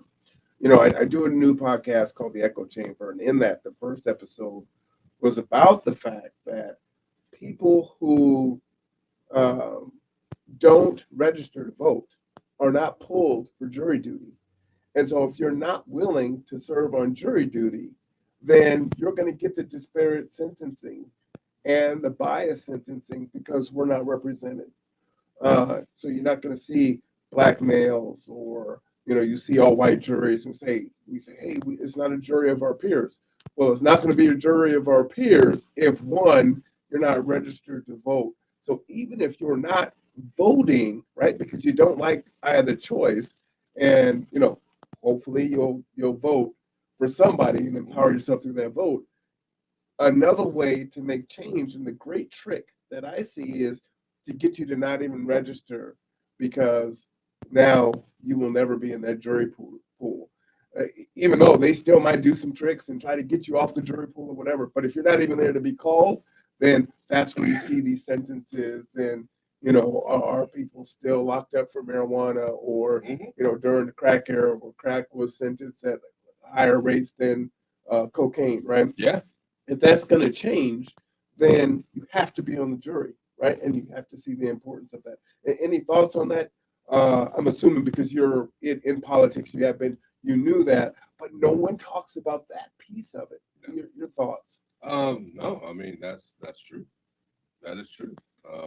And I understand exactly what you're saying and where you're coming from, because I got selected for jury duty, and I showed up, and when I showed up, I was at one black dot in a sea of white Mm. and everything. And then, And how many did they call? When you say a C, how many was there? I want to say 20, 30 at that point in time. Because they have to whittle it down, right? Yeah. So you're the only black person in the jury pool, and then it gets whittled down. And then it gets what are your odds? It is exactly that. And I never got selected. Is that something we can change? Is that something that's in your power also? Because that really affects low income people at a very harsh level, right? Because if you do jury duty, I think you might end up getting like $10 a day or something ridiculous. Yeah. And a trial can drag on, right? So it's like, hey, I want to serve, but I'm not on salary. I need every dollar. I'm going to work sick because I can't afford to miss. So is that something that can be changed so that there's an equity piece to serving on jury duty? That's a good question. Can you do that as a representative? That's a good question, and I'm sure that's something that can be looked into and addressed and talked about. All right, we could go with peanut oil tonight. We could. We definitely could. And I think that was something that's been discussed at one point in time, because of the fact that I can't miss work because you're taking 2 weeks of my pay and whatnot. But if I'm not mistaken, there may be a certain RCW or a WAC that says that there's something to offset, a subsidy or something that could be placed. But that might be something that has to be addressed by the courts themselves and everything. But that's something to definitely look into. Yeah, I appreciate that. That's a really good question. All right, we're here with Shannon Turner. We're having a conversation as he's already announced his candidacy. He's here talking to us. Type your questions in the chat. They're coming in. So we're going to go ahead to our next question here. Martita says, will you support health care for undocumented? Are you stand in solidarity and accompany us to the Immigrant and Refugee Advocacy Day, which will be on February 7th in Olympia. We will have buses to pick you up, bring you to Olympia, and then bring you back at 6 p.m. the same day. Register for your spot, and there's a URL there before January 12th, and then she also puts it in Spanish there. So that's a question to you. Do you support healthcare for undocumented? Yes, that's a simple question to answer. I do, because they've done so much. And just because they're undocumented doesn't mean that they don't deserve the same access points that we do. Because I think that in some way, they're looking at going through that process to become a citizen. But for whatever reason, they deserve to have health care. They don't deserve. No human should go without health care. There's no reason for that. I say we're the richest nation in the history of mankind.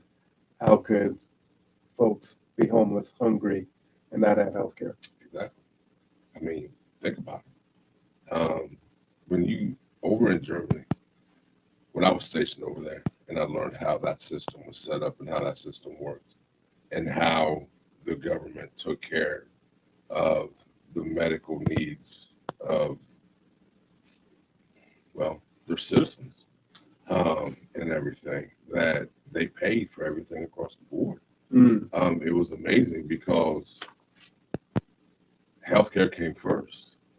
You went in, you got taken care of, you were made to stay, as fit as you could possibly be. And that way you could contribute to what was going on with society. Um, and it gave you a lot of pride and strength because you were strong and you didn't have, there was no stress when it came to healthcare. You didn't have to worry about, oh my God, I got to pay a deductible. I can't go to the doctor because I can't afford to pay the deductible Or the prescriptions. or the prescriptions. Man. Looking at that and prices and, people even, a sliding scale sometimes doesn't necessarily help because people in certain situations just don't have it. Oh, man. And then you could be looking at life-saving drugs that they need in order to survive. Insulin, when it made that remarkable jump from this amount to to the 3-digit mark, I would say, people were looking as how am I going to afford this, and how am I going to survive without this, because of just that. So, again, everyone deserves to have health care. That's what I believe. That's where I stand. Martita, I would love to come with you, but I don't think I can. But I'm there in solidarity. There's no questions asked about that. Nice. So your three things are healthcare, housing, homelessness, education. Did we kind of cover healthcare? We did Pretty well. Yeah, Okay. yeah. Let's go to homelessness, and then we'll save education for the end. We Okay. talked quite a bit about homelessness, We did. especially with your own experience, Yeah. The experience of fellow students, your advocacy work in that. Um, so we've got the whys. What do you want to do? What are you going to do different? What are you going to bring to the state that either hasn't been done or are you hoping to get done and bolster? And that is really a really good question because you sit and you look. You need to bring that industry to the table, and sit down and have that conversation and address the concerns and everything. Because I can't sit here and say that everything has been tried. The discussions, I would say, have been had, but what discussions have not been had is making sure you got the right people at the right table addressing the right things that are dealing with everybody in the community, the white, the black, the Latinos, LGBTQ, everyone has to have a seat at the table because everybody's affected differently and they have different barriers as well. So, and I think, that's the one thing is I bring that different perspective from a black male standpoint, um, where I can sit there and say, you know what, I there was no counselor, that I could get to because I had to sit and wait 3 months to be seen. Yeah. Literally. And then I had to be evaluated. And you're looking at a full day and hours upon hours just for them to get a background to be seen. So I think, sitting there looking at the processes and the time frame and then making sure everyone's got equal access in order to get that, you know, put something in place to go and pick them up. Or, now we have telehealth, making that Zoom appointment, making it easier for them to get it. Because again, now you have that older age bracket, the baby boomers, who are now transitioning out, and you see that gap. Mhm. You see that gap, and everything. So not everybody is necessarily, computer literate and is used to the old way. So do what we can to provide. It was interesting because you had those doctors that made house calls that would come to you and meet you where you were at Wow. and what took place. That's a true story. I mean, that's what telehealth kind of does in a sense. Mhm. But again, if that person is dire and you know that situation and what's going on, why can't 2 or 3 people in a group go? We send nurses there. We set up, an area in the house for treatment and everything. So why can't we? So I think what I'd like to do is just bunker down, get everybody at the table, figure out what's working, what's not working. But most importantly, go out to my community and say, talk to me. Let me know what is working and what's not working. I know we need to get more behavioral specialists in here, but do we also need to have another place, another building in order to make this adequate, make this work? Kitsap Health now has a Pendleton place, which is great. And that's just the one. Yeah, we need like 3 or 4. We need those mental health buildings. We need those spaces in order to address what we really got going on. And again, and I think maybe building this, they will come because we're taking that step and everything. Well, so in regard to housing, and I'm probably going to ask you all these questions, but you just answered number 2, which was how will you collaborate with local organizations, right? You did that. What strategies will you implement to address the root causes of homelessness here on the peninsula? Because we've got unique issues here. We do. We definitely do. And I think it's going back and sitting down with your local organizations and saying, what are you facing? And then it's getting out and walking and talking with these individuals to sit here and see where they're at, meeting them where they're at, not being afraid to shake somebody's hand and say, I'm sorry, but where are you at right now? Are you getting any resources? Are you getting your needs addressed in a certain way that, you're not being able to get to in order to help make your situation better? I don't know if I said that the right way. But and then it's sitting down, talking with your local leaders, talking with the organizations, whoever's got boots on the ground and is sitting inside that organization or sitting inside there. And again, what about those who are coming in to help feed, to help clothe, to help, who are down here every weekend, passing out toothbrushes or giving them a hamburger and some chips or some water or providing them with some clothes and whatnot.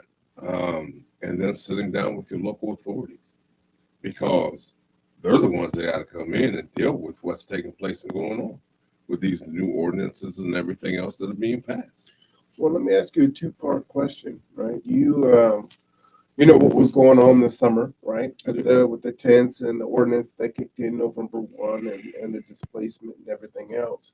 And of course, it creates a very divided community, right? It is. Where on the one hand, people can be very empathetic and say, hey, yeah, no one should be homeless and no one should be out in the street. But at the same time, it's not safe for me and my kids. I don't want this in my neighborhood. It affects property values. I need to be safe, right? So these are the things that we hear. There's a conversation of building up on Kitsap Way.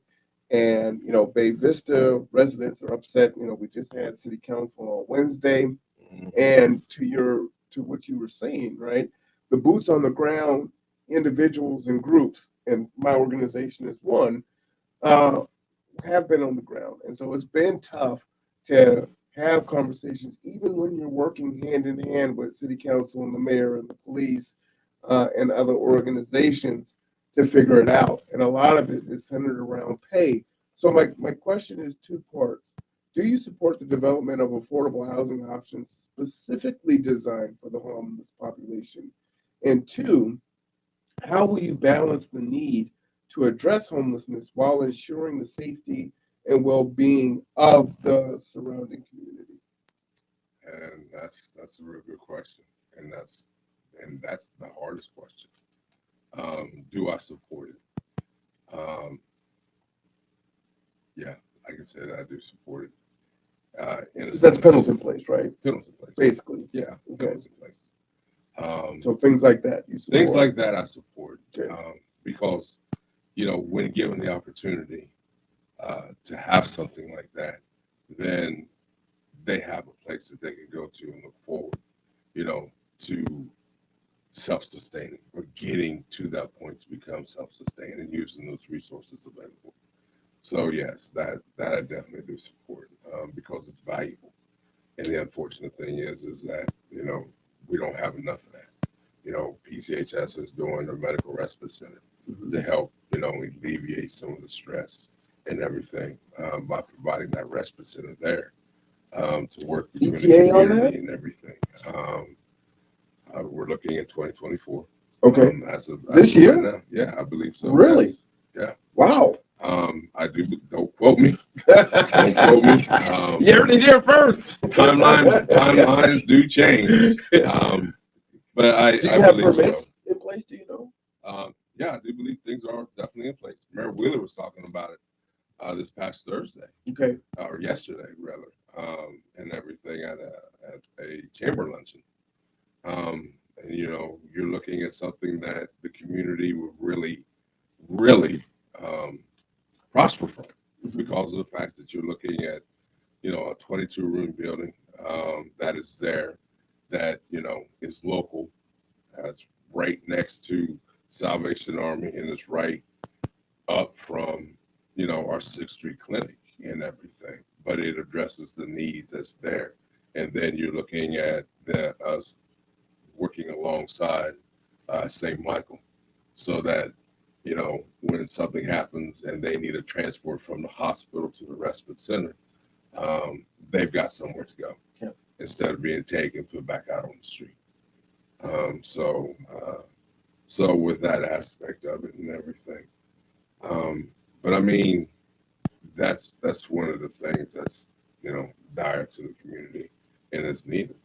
And what was the second part of that question? The second part is, and I just want to, say to folks before I answer this or ask this of you again, permitting is one of the things that slows everything down. It does. So there's a lot of things in the works throughout the county that are just waiting on permits. And so it's pushing things out longer and longer.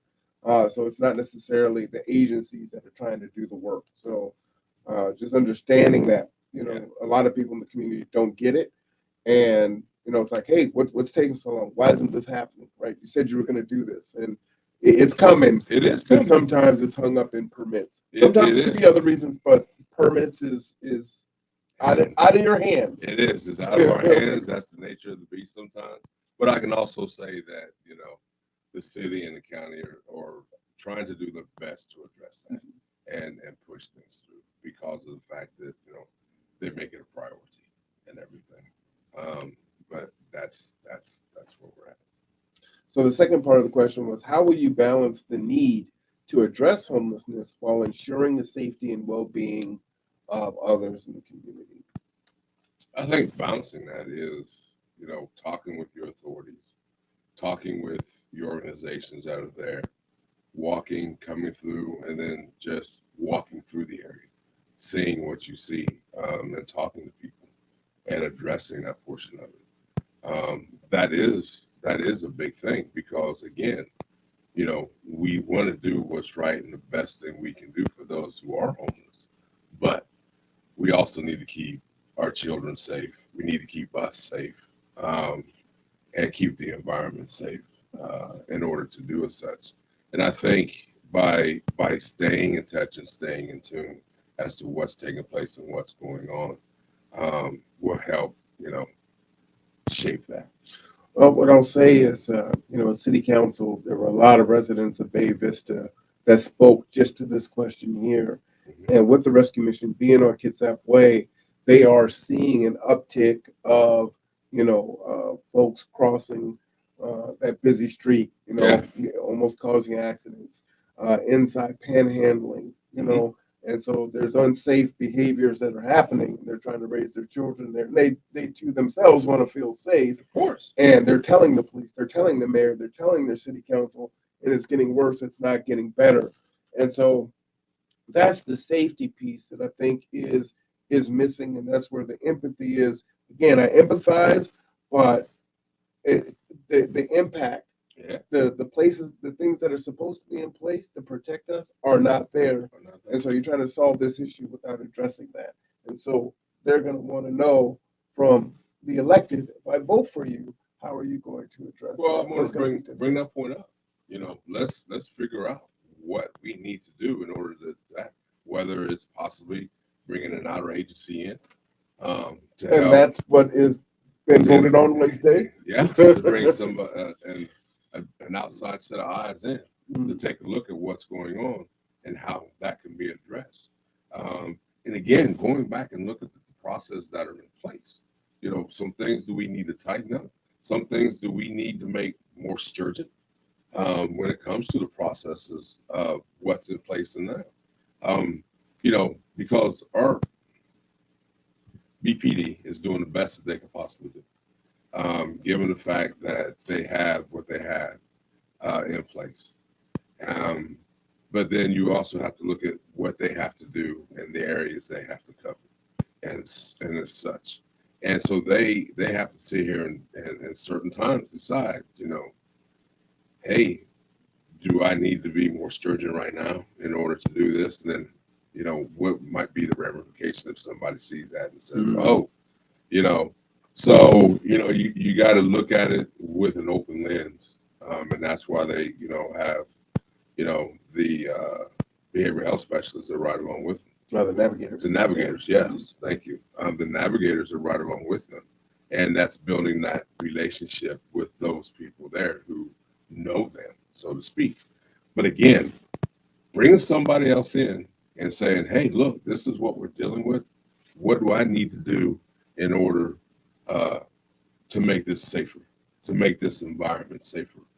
How can I support you guys to help us and to support us to make this happen? And then bring your community in. Let them see what you're doing and what you're trying to do. And this is the part where you're being transparent. Because, having them there is saying, okay, you know what? We're inviting you in. We're going to let you see what we're trying to do and let you be a part of it.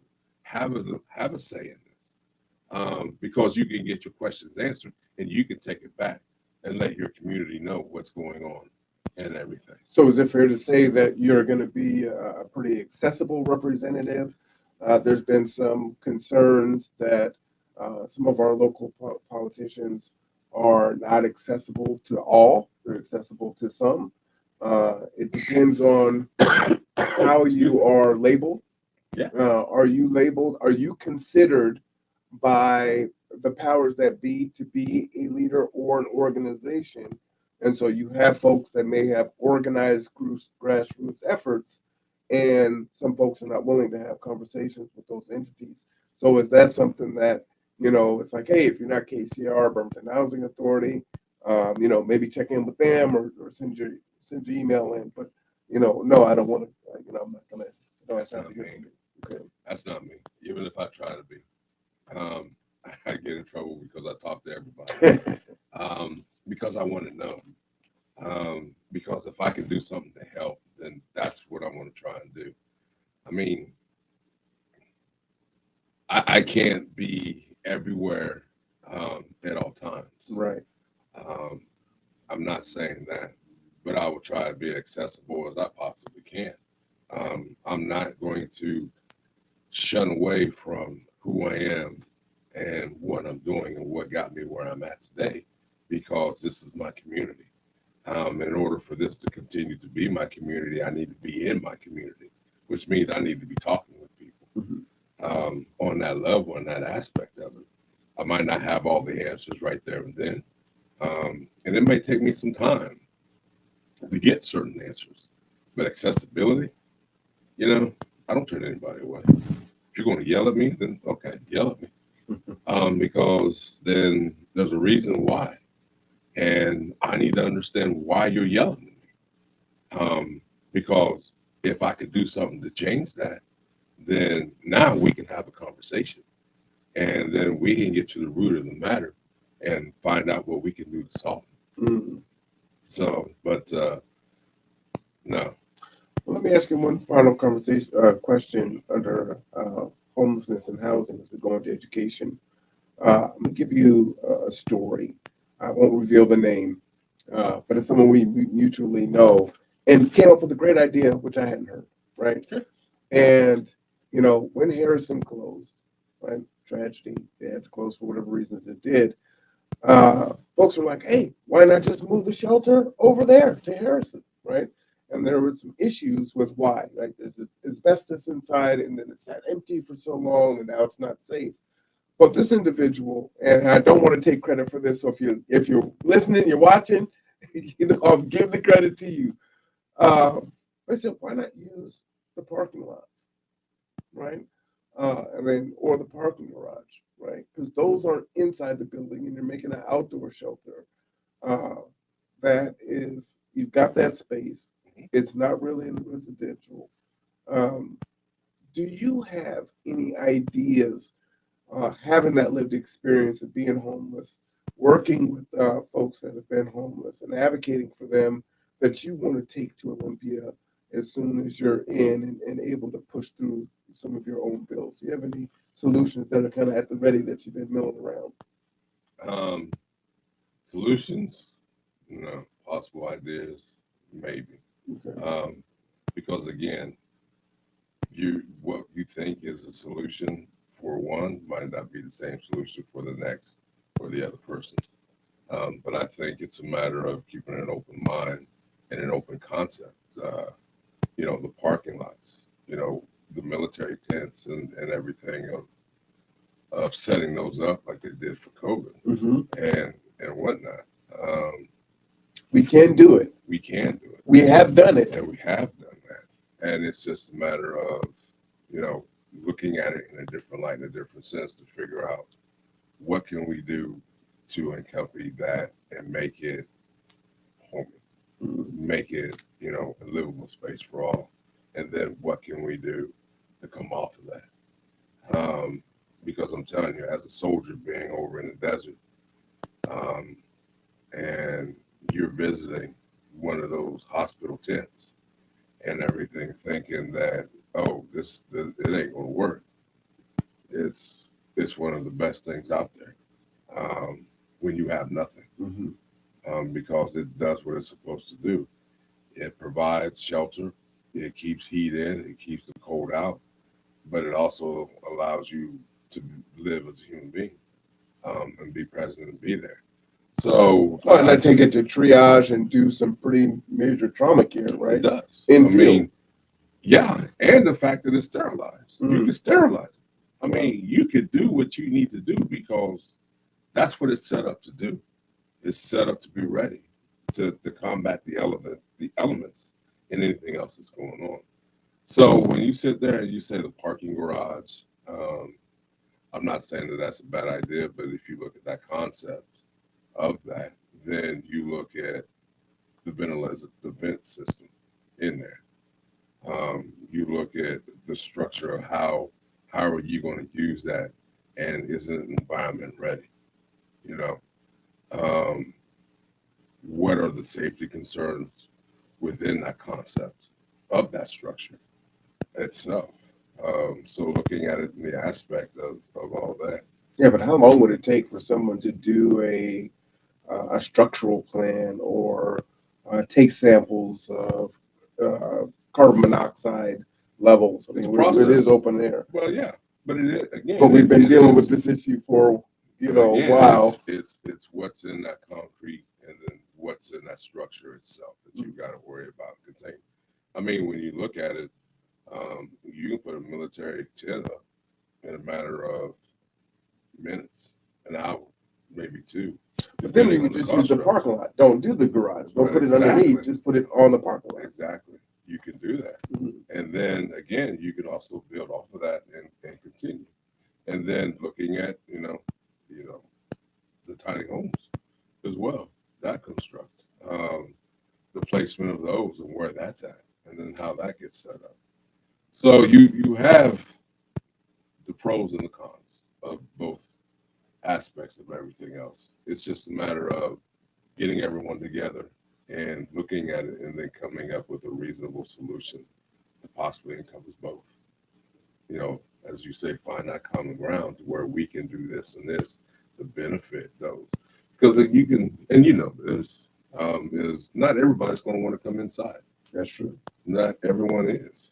But, given that opportunity, you might be surprised at how many you do get inside. And those who do want to stay out for their own reasons. Then you have to respect that and then just be there for them. Would it be, or I guess I'll ask you this, as you're speaking into existence, once you have won and you are doing that work and your boots on the ground, and you're listening and you're creating those listening circles, I'm asking for you to have people who are in the street at the table. Because a lot of times what we do is we do what we think is best for the individual, but that individual is never present to say, this is what the experience is. This is why I'm experiencing this. I can't come in because um, I have a behavioral issue because of the drug use or the alcohol use. So what can we do about that? I may be using it because of the weather conditions, right? And this is my way to just numb the frigid The nerves. temperatures or the Numb the burning nerves, hot. You know what I'm saying? Like Yeah. I can't. I got to get out of my mind, right? But now I have an opportunity to go in. But when I go in, I'm agitated because I'm coming down and I get 86.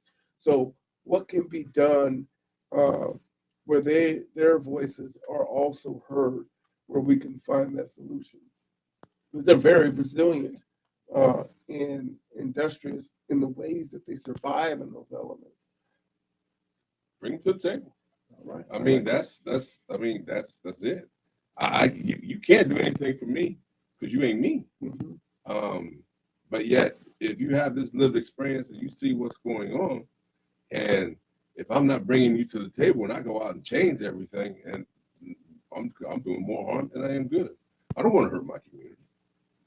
And how can I sit there and represent my community if I'm not bringing my community to the table? Because they're the ones that are there. Because this is what I'm supposed to do.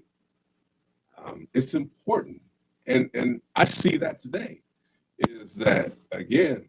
They say, "Oh, well, I talked to such and such, and they said that they they said what? Give me a name. Give me a person. Who can I talk to that's lived this and been here or is here? Take me, show me, because I need to see. I need to understand." Um, and that's the important thing about it because, again, why am I going to create a bill or help a law get passed when I'm going to put another barrier in front of somebody else? I need to know who was at the table. Who did you talk to that said that this is going to work for this? Because I'm sorry, I didn't see anybody there, Mhm. So I can't speak. I need to, because what I'm going to do, I'm going to bring them up to Olympia and say, I need you to testify. Tell me why.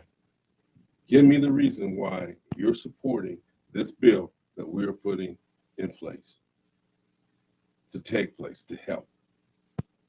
Tell me why these guys are wrong because this is the barrier that they're addressing, that they're putting in place if this does happen, if it does pass for them.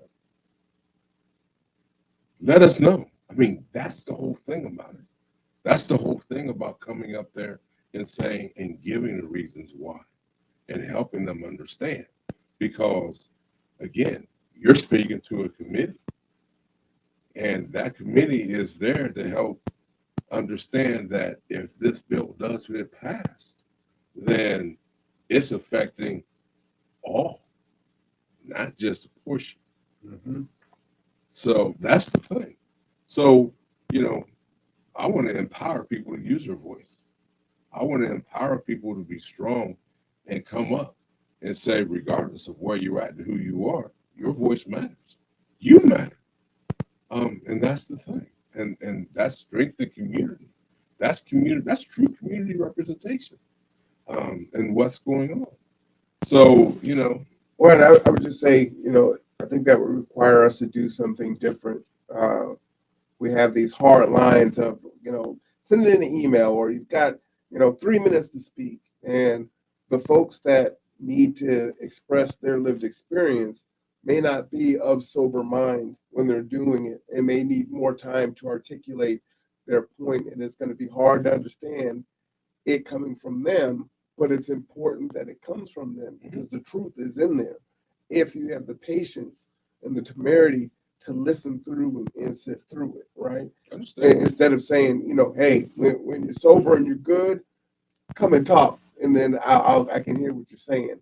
It's like, well, but they're in the elements, is it come as I am? This is how I am right now, right? And it's tough, it's rough. I'm surviving. I'm hanging on, and you might get moments of lucidity. Mm-hmm. So, can you, bear that and be patient and give the grace to say, okay, I'm going to sit with this and listen and pull out what I need from it. Can I? Yeah. I mean, I guess the question is will you? We know you that's can. That's the most important thing. I mean, will I? Yeah, I will. But see, and then also, I mean, then when they come up to the committee, you do have 3 minutes. And that's just being respectful to everybody else. But the one thing I tell people too is write it down. Mm-hmm. Let someone write it down. I'll read it. These are his words. This is him speaking through me.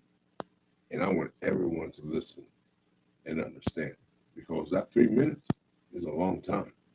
And you can feel certain words. It's a long time when you're prepared. It's a short time when you go up there and you ain't thought about what you want to That's say. true. It's like, man, your time is up. Yeah, you're like, nope, sorry, you missed out. If you didn't think about what you wanted to say, that time goes quick. It does. Boy, but you're right. 90 seconds is an eternity. You can get through a lot if you're prepared. Yeah, you can. And again, words have meaning and effect. Yeah. And that's the thing that a lot of people forget about is that's hilarious. Just that.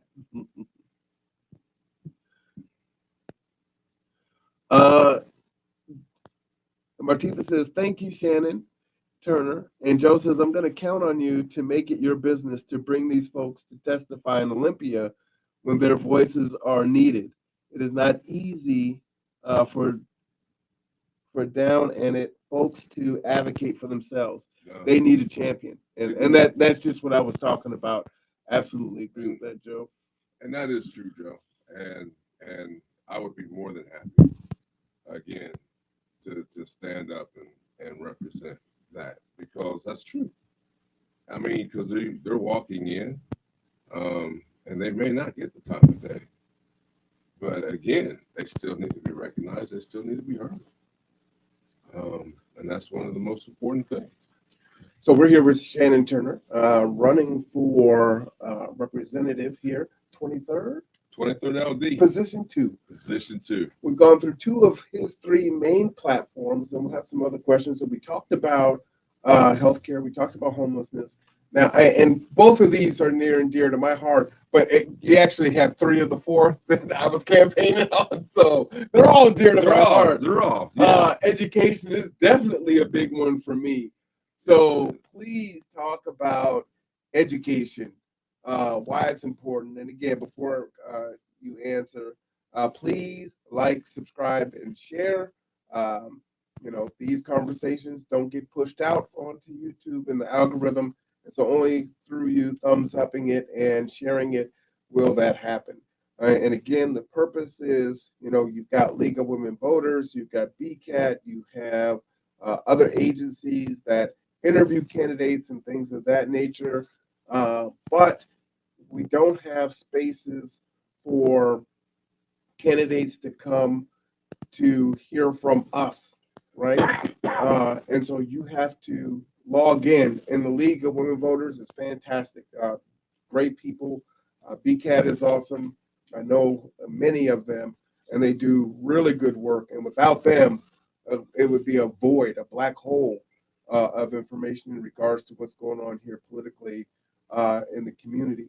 But we do need to spread that out, right? So more of us can participate in democracy. It really is we the people. And so somebody has to do this, and this is that attempt to do that. So please share it out. So very important. Let's go ahead and get back to it. Education, sir. Touch on education. Why education? Why education? Um, because growing up, I didn't like education. Uh-oh. Didn't like it. It was hard for me to understand why Okay. and everything. But as I got older, I understood that education was the key. And that, again, that knowledge is power in the aspect of it all. But I say education because we have our kids um, who need to understand that you need to be educated in order to make it. You need to have that strong educational background or that hands-on knowledge of understanding what you're working with and how you're working with it and what you can use that for to go forward to get you propelled to that next level.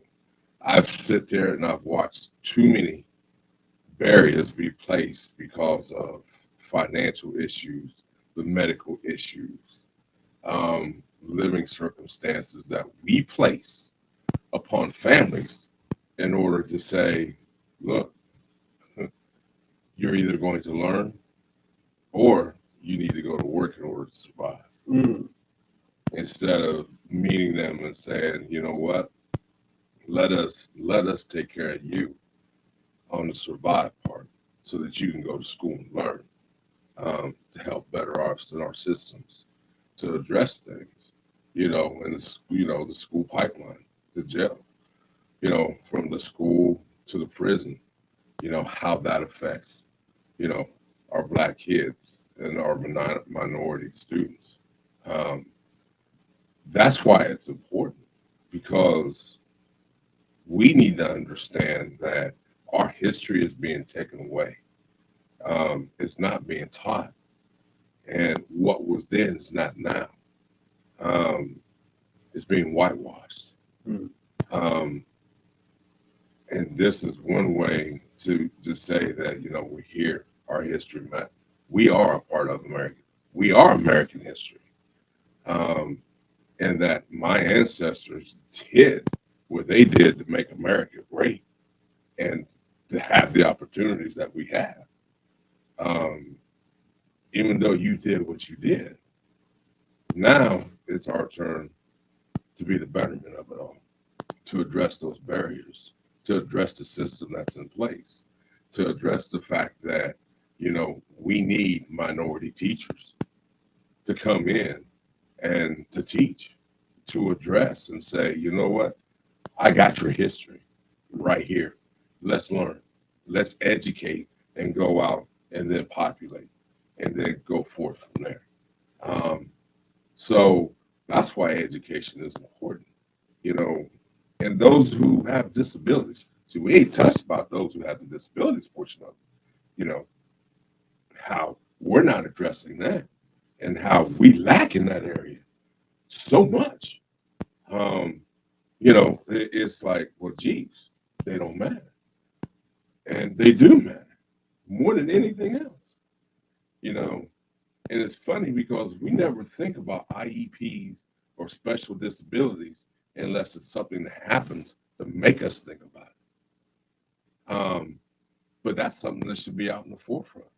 Just because I've got someone who's perfect over here and they're doing what they're doing doesn't mean that these guys don't deserve the same. Mm. They have the same rights. Mm-hmm. They have the same abilities and access points of somebody who's normal. Just because they have to do it in a different way doesn't make them less or anything as such. So, education, our young adults, we have taken away the childhood of of our kids because now we want them to graduate with AAs before they leave high school. Mm. We want them to have, things set in place to go and get that bachelor's, to go forth and go on. So wait, do you think that's a good thing or a bad thing that kids are leaving with their 2-year degree I'm not and their diploma? I'm not saying that it's a bad thing Mhm. at all, but I'm saying that it's something that we push. Mm. I mean, we all want our kids to be successful. Yes. We all want them to succeed and have a better life than what we have, and everything.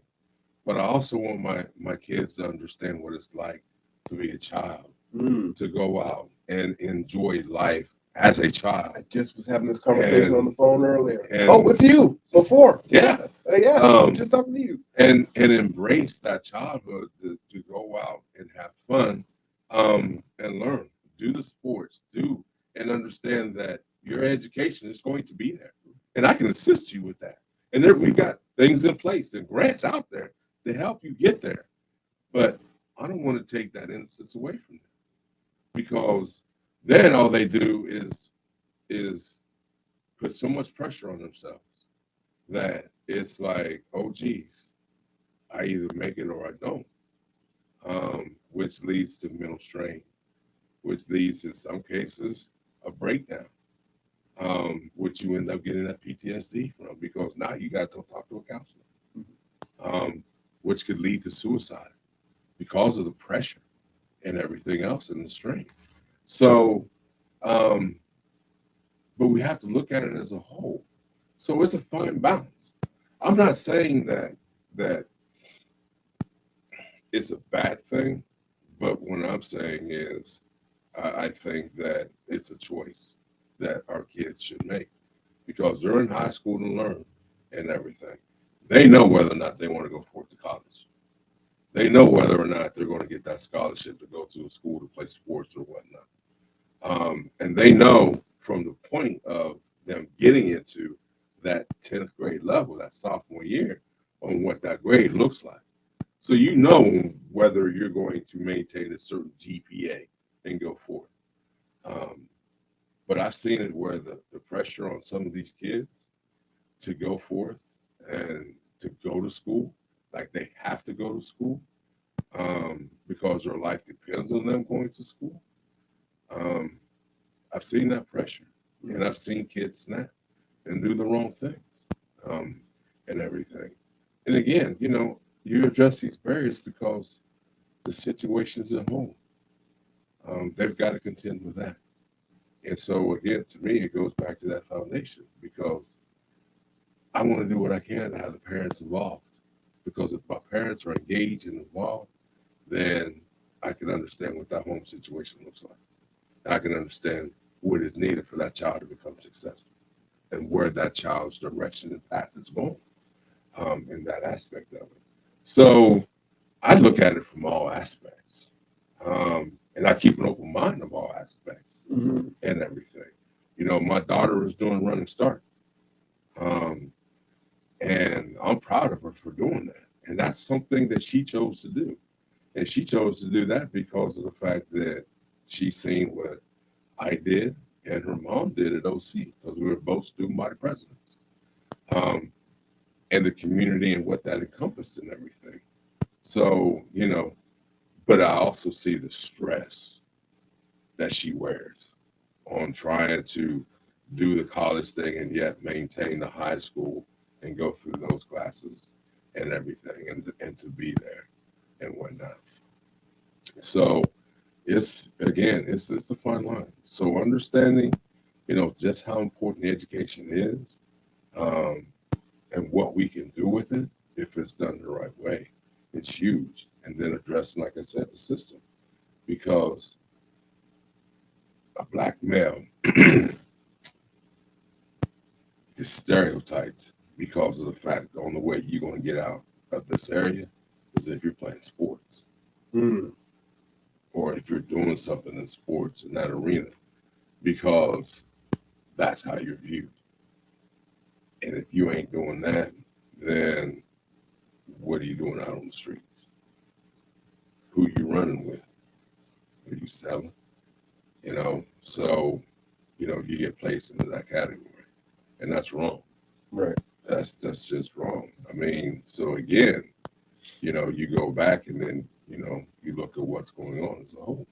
So for me, it's always been education because it gives you a base, it gives you a foundation, it gives you a solid ground that they can't take away from you.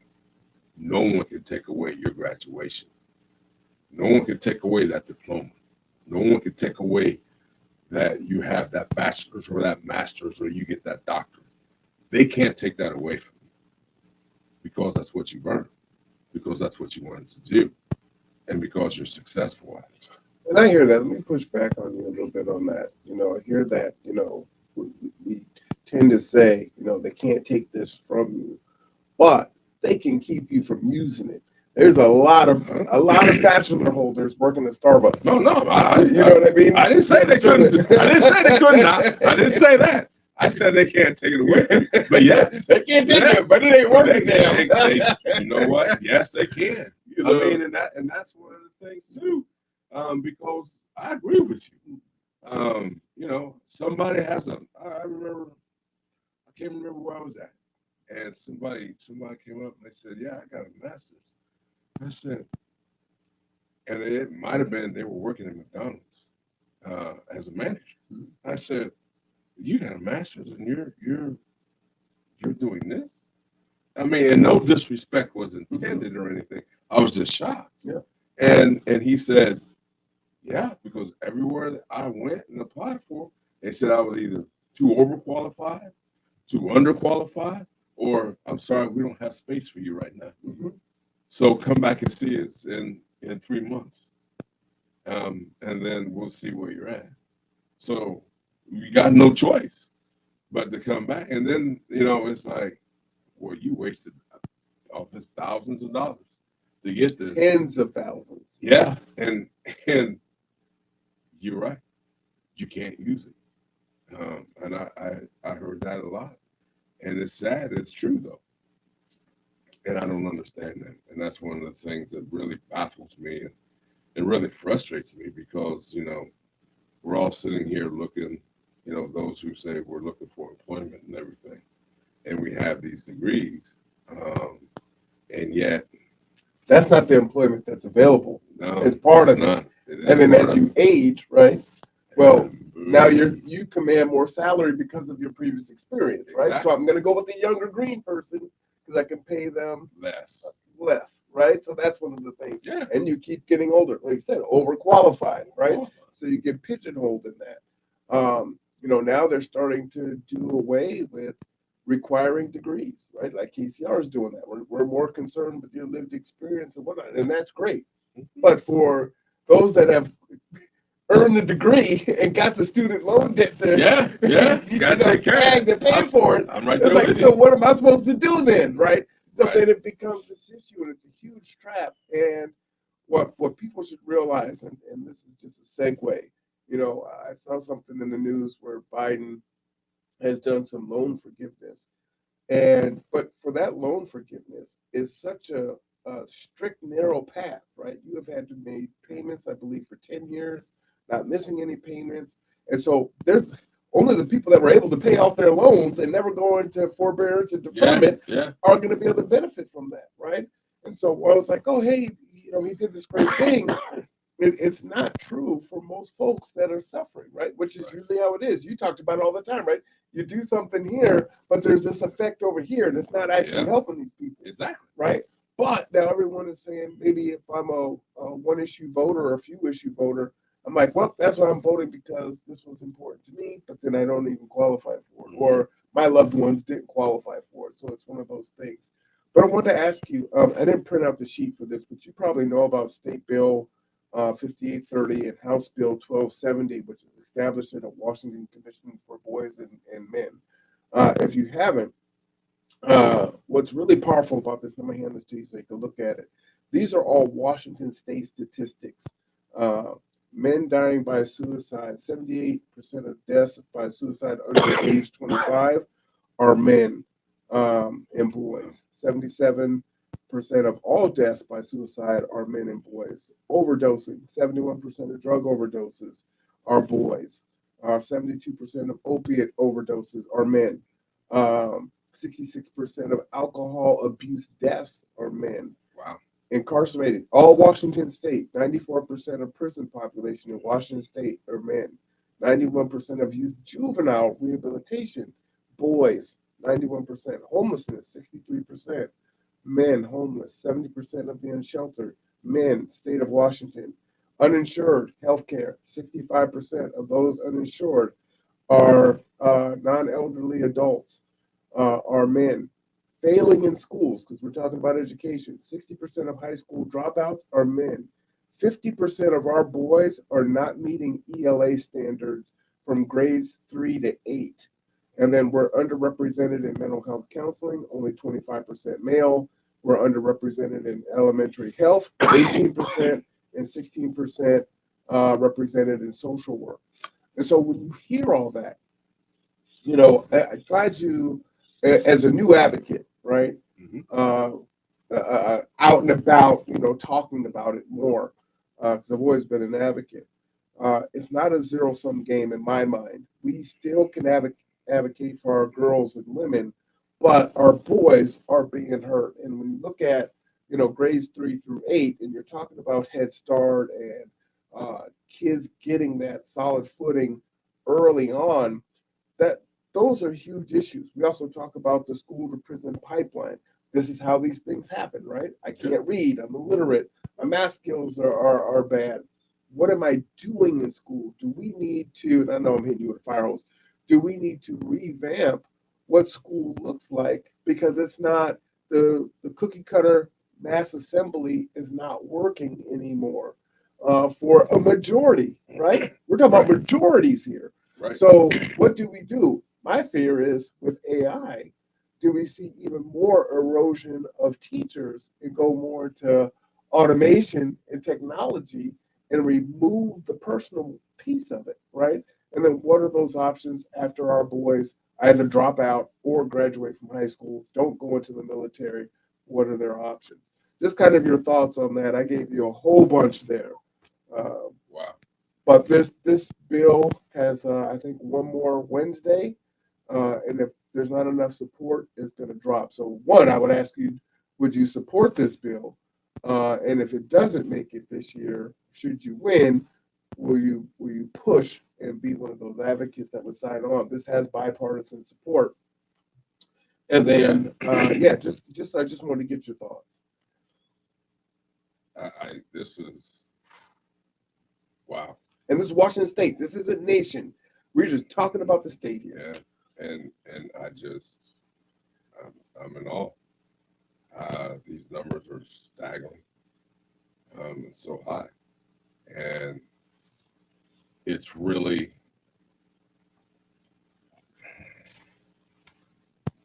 disheartening to hear those numbers and everything. So would I support something like this? Yeah, it's crucial. It's crucial. I mean, again, you're looking at the male population. You're looking at males. You're looking at boys. You're looking at the timeline and where it all begins. And something has to be done. Something has to be addressed. And we need to stand up and take notice of what's going on, because, we have our youth who are taking their lives. And we need to understand what's going on and why that's happening and why it's happening in schools. Again, going back to what's taking place at home, what stress and pressures are they seeing? Mm-hmm.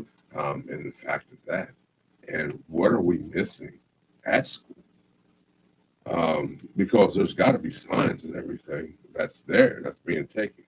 And then when you're looking at the aspect, when you take that human element out of the classroom, then you're no longer teaching humans, you're training.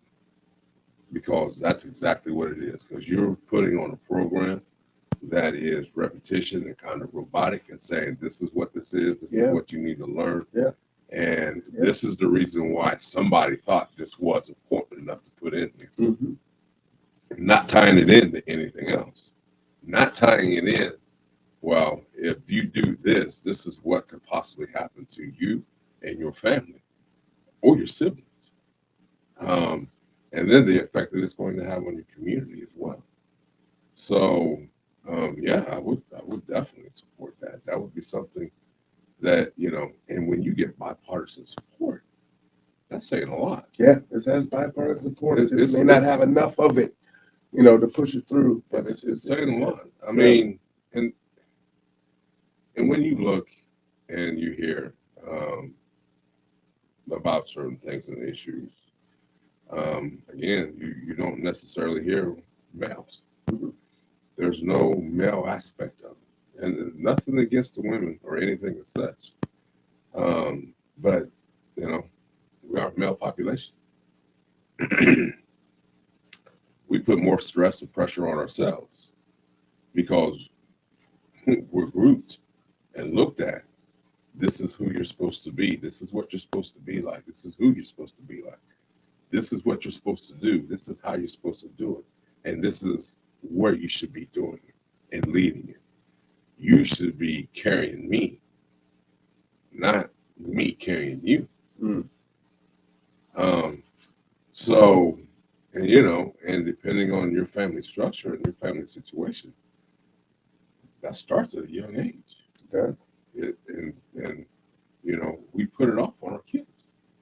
And it's harsh, man. It's harsh because, you try to live up to expectations and everything. And we sometimes don't think about what we put on their shoulders Mm. when we expect these things. Mm-hmm. Um, and I'll say this, and this is something that I want to share personally, because um, my son's battling depression.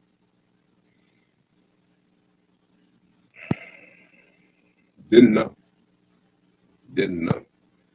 and I love him to death, and he teaches me because we had no idea of what he was battling in school and what he was going through because he was being bullied um, and picked on and made fun of at certain times because of the fact that he was different. But at home, the lashing out per se, and not understanding his concepts of what he was thinking and how he was thinking. And then, the best thing he did was inform us, that he was in a dark place. And this is why I love Bremerton High School, Dr. Bolden, and the guidance counselors there, because the teachers took notice and said, this is the difference that we see from last year to this year, what's going on and everything. And so we got him in to see a doctor. And then he went to some counseling and everything else. And, we caught it early enough because he was at a dark place. And, he was at a point, he's like, Dad, Mom, this is what I thought about doing. I'm not there. I'm not going to. But these thoughts and everything were in my head. And so we found, we got him in and, we got him on the right medication and everything. But I had no idea because I put expectations on him. Mm-hmm. He was feeling that. And then the expectations that he put on himself. And then the school, that life there that we're not in and we don't know, that he took pride in and didn't want to burden us. Right. And everything else. So we were lucky because, who knows where we would be today. But that's what I mean. You can't take the human element out of the classroom. It's important for it to be there. You need people like us to be there. And we need to look at everything as a whole, and especially on the male aspect of it, because, we're expected to be this, to represent this, to be strong, and not show weakness and everything. But we're human beings, and we need to connect and be there and support. So these numbers that you read off are just, it's staggering. I mean, I just like, wow. And there's more. That was just a one pager snippet. I did a podcast on it for about an hour, talking about all the stats that were sent to me. And it's, I didn't know what the stats are. We know anecdotally that boys and men are suffering. We suffer in silence. Yeah. They have the actual numbers, and to see the disparity, or just the disparity. I'm saying it wrong. I'm tired. To see the range, the width, how far apart girls and boys are, Right. men and women are in suicide, alcohol death, drug death, homelessness, education. And the thing is that we've got a symbiotic relationship. And while we have to, continue to advocate for girls and women, we have to advocate for our boys and men. And, we hear about the patriarchy and it's evil and yada, yada, yada. But our boys are our boys. Yeah. Basically, they're being demonized just for being born male, right? And I know that your son is probably experiencing some of that at the high school, right? And what do you do with that? Where are you supposed to put that? When I'm just bad for existing, right? Yeah. I'm black on top of it. So, it's a tough way to go. And then we look at the school to prison pipeline. So is it there? Is it suicide? Right? And I can see your tears, so I know that's a dark place. That's where it can go, right? Yeah. That's just truth and being real. I mean, you sit and you think about it. It's okay. Can I do this? And if I go this direction, I don't think I'm strong enough to survive. Yeah. So the easy way might be for me to just And what's waiting for me on the other side? A job? Am I going to be able to pay $2,000 rent? Yeah. What am I supposed to do? Right? I appreciate you telling the story. And what is really tragic about this is in all the spaces, and we overlap in a lot of different spots. We do. Health equity, through Kitsap Public Health, NAACP, we're at different events. And I don't hear any other organizations talking about the boys, No. talking about the men and how they're suffering, right? Well, that's almost like taboo. You Yeah. can't. You're not supposed to. Yeah. And that's wrong. Because it needs to be discussed. More importantly, because when you get word that you hear a high school student that took his life, we say, "Oh, and oh my gosh," and what happened, and then it's not discussed anymore. And think about it. I only finished in ninth grade, but for those that had great experiences in high school and went to prom, and I did go to 3 proms, but that's a whole other story. Okay. We'll use that for another time. That's another story. But for those that did have good experiences, right? Think about your high school experience, and maybe you had some, you had some breakups, and you had some things that weren't great, kind of the rites of passage. But what it would be from that experience to my only way out is to take my life. And that some of your fellows, students, some of our kids or our fellow parents' children are going through that and thinking that, while others are planning for Tolo and prom and for cheerleading and basketball and all the things, right? That some kids are just really suffering and hanging on, and some give up the ghost, because they don't see a way out. That's a crazy thought. The dichotomy of that of experience and that. Yeah, you're right. Thank you for that. That is. Well, I mean, I can't speak if I don't know, and if it's true, and if it's relevant, and and I think that's one of the good qualities I have is because I have a lot of relevance, and understanding, what's taking place and what's going on, because I know someone that's been there or I've been there. or I'm seeing this and it's being discussed and trying to figure it out. Or you're bringing something to my attention that needs to be discussed and brought out. So, and thank you for that, because, you know, that's a good piece, and that's that mental behavioral aspect of it. When is the last time, and ask yourself, if you're a parent, when is the last time that you sat down and had a heart to heart with your child? Um, you know, it's hard because we're so busy in our lives and everything, and we think that everything is okay at school because they don't talk about it or anything. So now we make it a point in our house, you know, to ask, how was your day? Mhm. How are you doing? Mhm. What's going on at school and everything? To have that conversation, because it's vital, Yeah. and it can save a life, and you just don't know. So and that's a little personal thing, as a parent and everything. But again, the male aspect of it, we carry we carry that traditional weight And upon I take us. it this is contemporary. This is recent. So Yes. you're doing all the things. You've got a son who's struggling.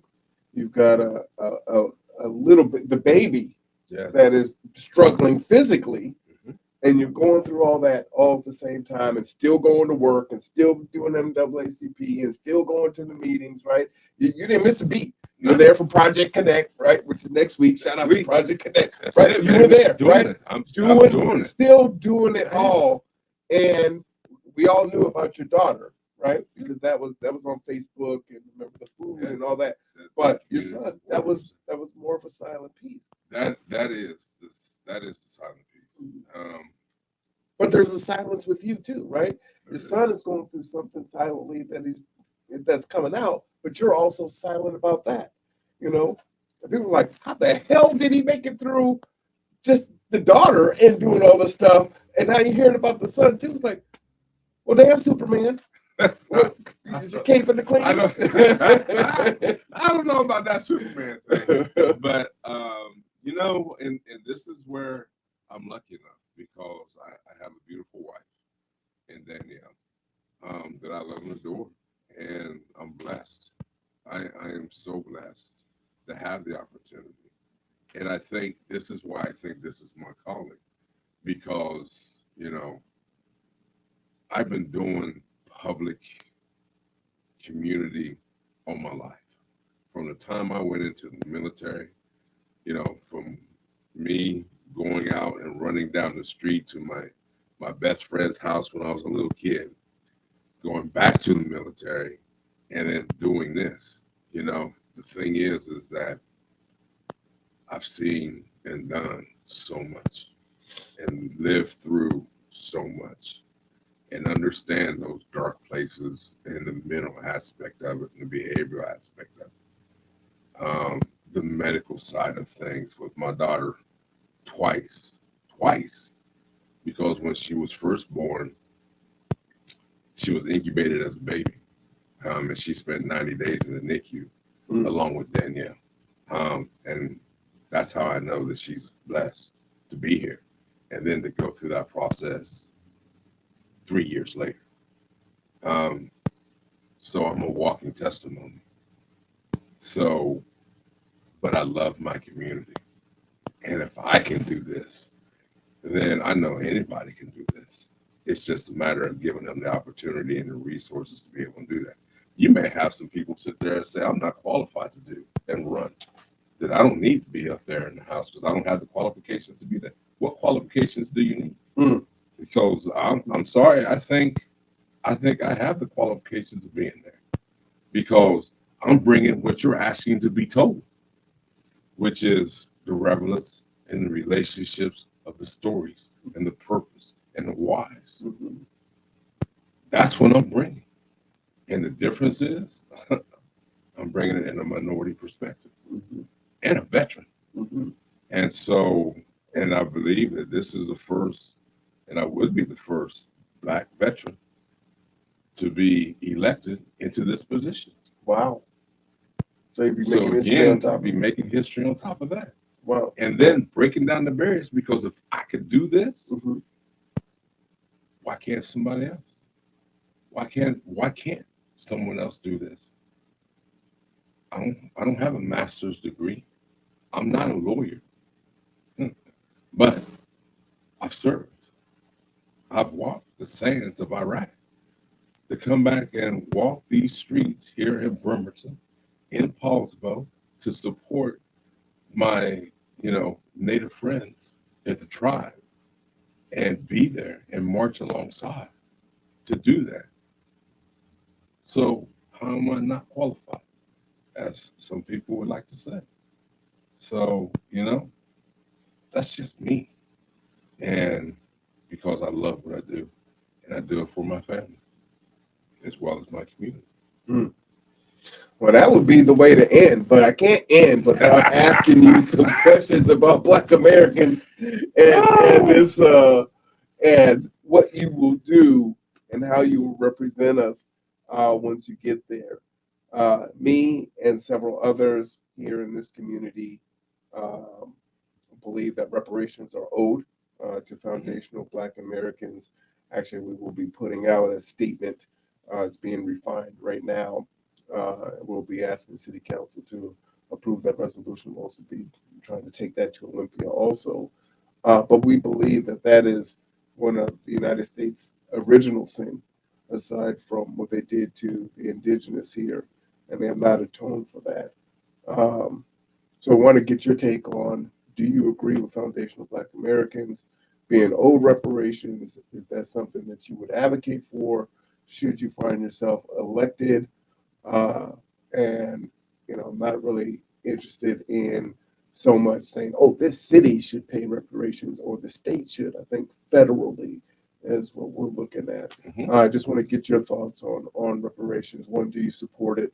Two, I guess, in what capacity do you? Because we've never had this conversation. No, we've never had this conversation. Do I support it? Yes, I do support it. I think that, you look back and you see, the true history of this nation and what this nation has done um, to its melting pot. Um, but most importantly, what has happened with the Black community. Yeah, it's nothing like growing up and seeing, a cross being burned in the yard, um, being called names and everything, telling, someone telling you to go back to your motherland. And, you're sitting there thinking, well, what do you mean? Because, you're a kid. Mhm. But the battle and the struggle and the fact that, in some cases, how the hell did we survive? So, yeah, I believe that wholeheartedly. You said it an hour ago, right? They're trying to rewrite history now. Yeah. And that's the thing is, we're here. This is what we did, and I sit there and education, being a part of that.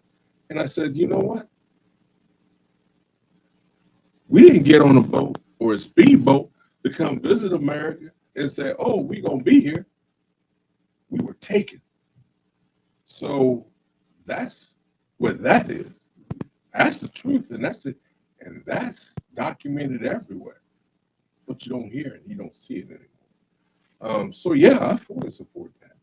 100%. Because, some type of respiration, I can't say that word, but it needs to be done to be accountable, holding America accountable, um, and that aspect of it.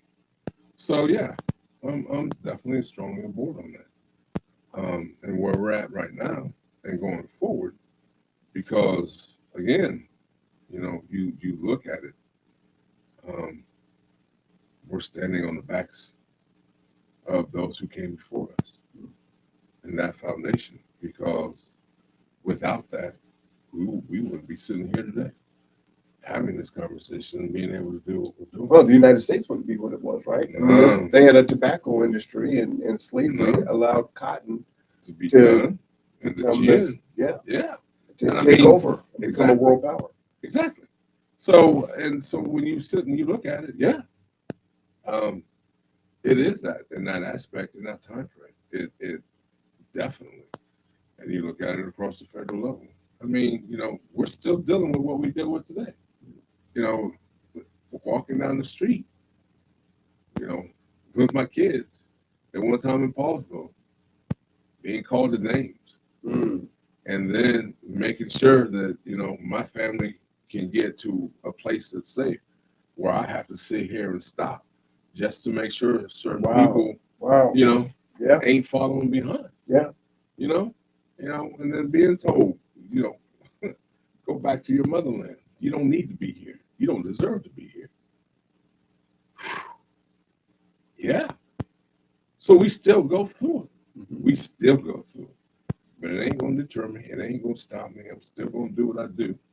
Um, and that's what that is. But yes, I fully support that and something definitely it should be done. So let me ask you this, and we'll get you out of here on this last question here. Uh, do you have anything specific that you're thinking about advocating for Black Americans here in your district? And then also with the stats that I showed you about boys and men, understand that disproportionately those affect Black males. So when you look at the national numbers, uh, Black males are the most homeless, right? We look at prison and all the different numbers that are there. It affects us. Uh, we're worse off than every other demographic. And so that is borne out to be true here also, right? Right. And Right. not just men here. So I'm just talking about Black people Mhm. in particular.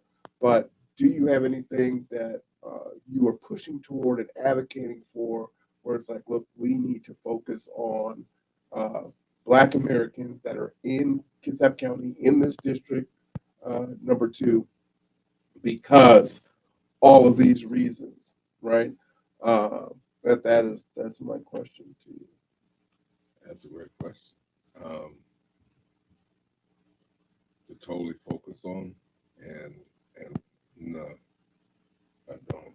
My goal is to bring us to the table so that we can have the conversations that you're asking me about, to be able to address them and address them in a proper way. And let me add, Kitsap Public Health has labeled, racism a healthcare issue, Healthcare right? issue and So crisis. Yeah. they've made some progress there. Uh, KCR, the county has created buy-in-fors for rental assistance when COVID. Uh, we went through COVID.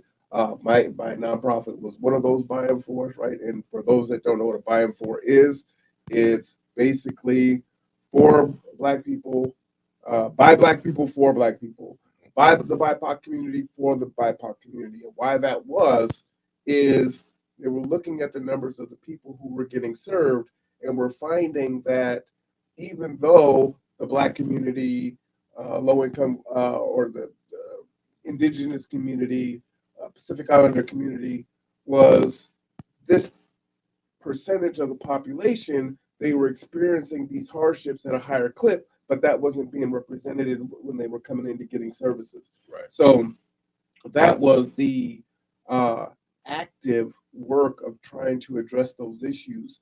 And so knowing that those are definitely issues, are Black men and women coming out of jail or prison. And now it's like, well, you got a criminal record, I'm not going to rent to you. You got a bad rental history, I ain't going to rent to you. You got a bankruptcy or your credit's bad, I ain't going to rent to you. Well, that is going to affect us disproportionately than it's going to affect others. So, hearing that and kind of putting all that together, I'm hearing you say you don't have anything specific. Is there anything that kind of comes to mind, um, aside from bringing us to the table and saying, okay, what's happening? What do I need to advocate for? I mean, when you say it like that, then yeah, you want to sit, and I want to sit and know, the educational piece, the financial status of that as well.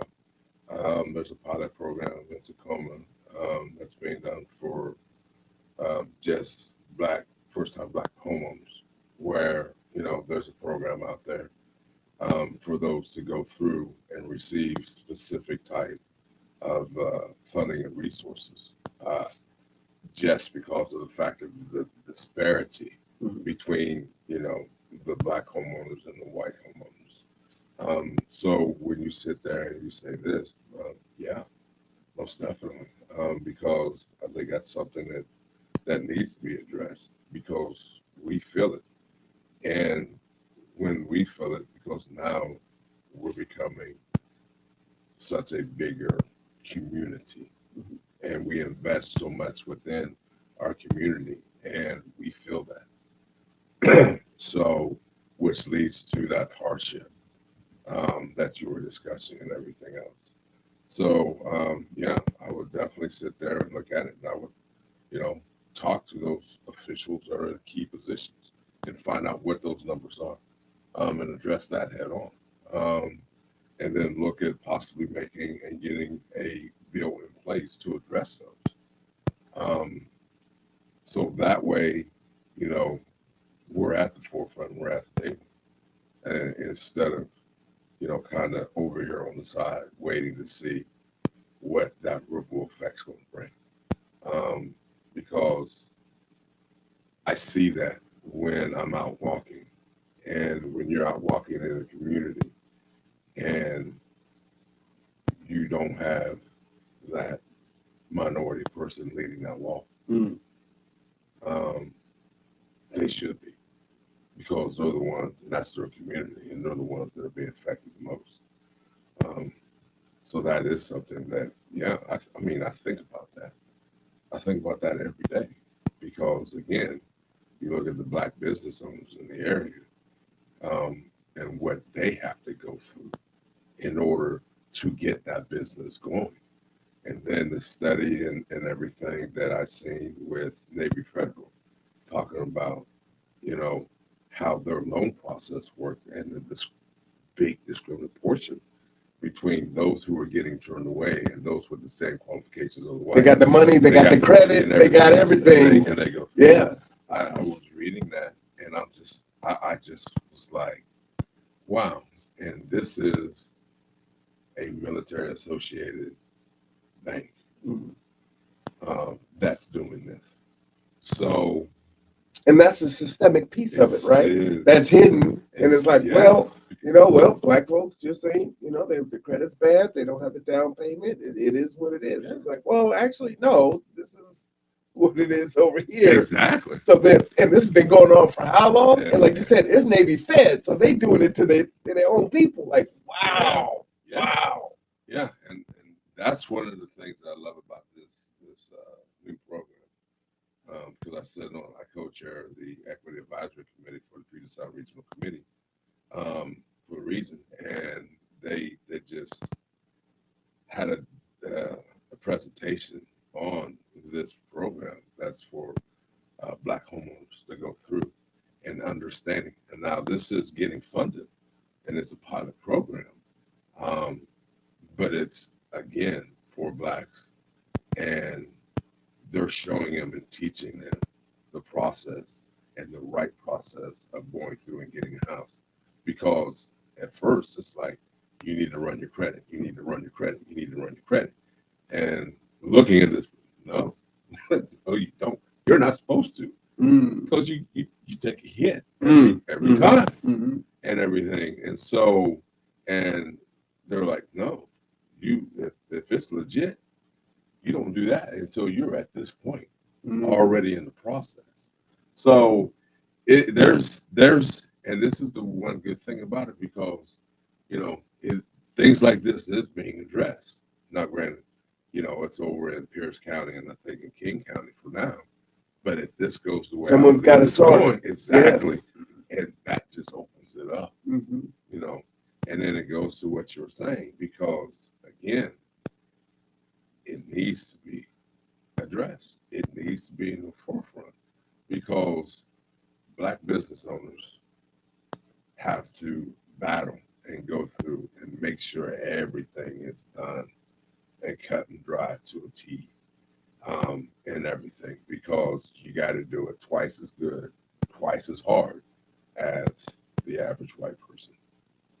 And and again, that is because of the system that's in place and those people who are overseeing that system that are still there to keep it in place.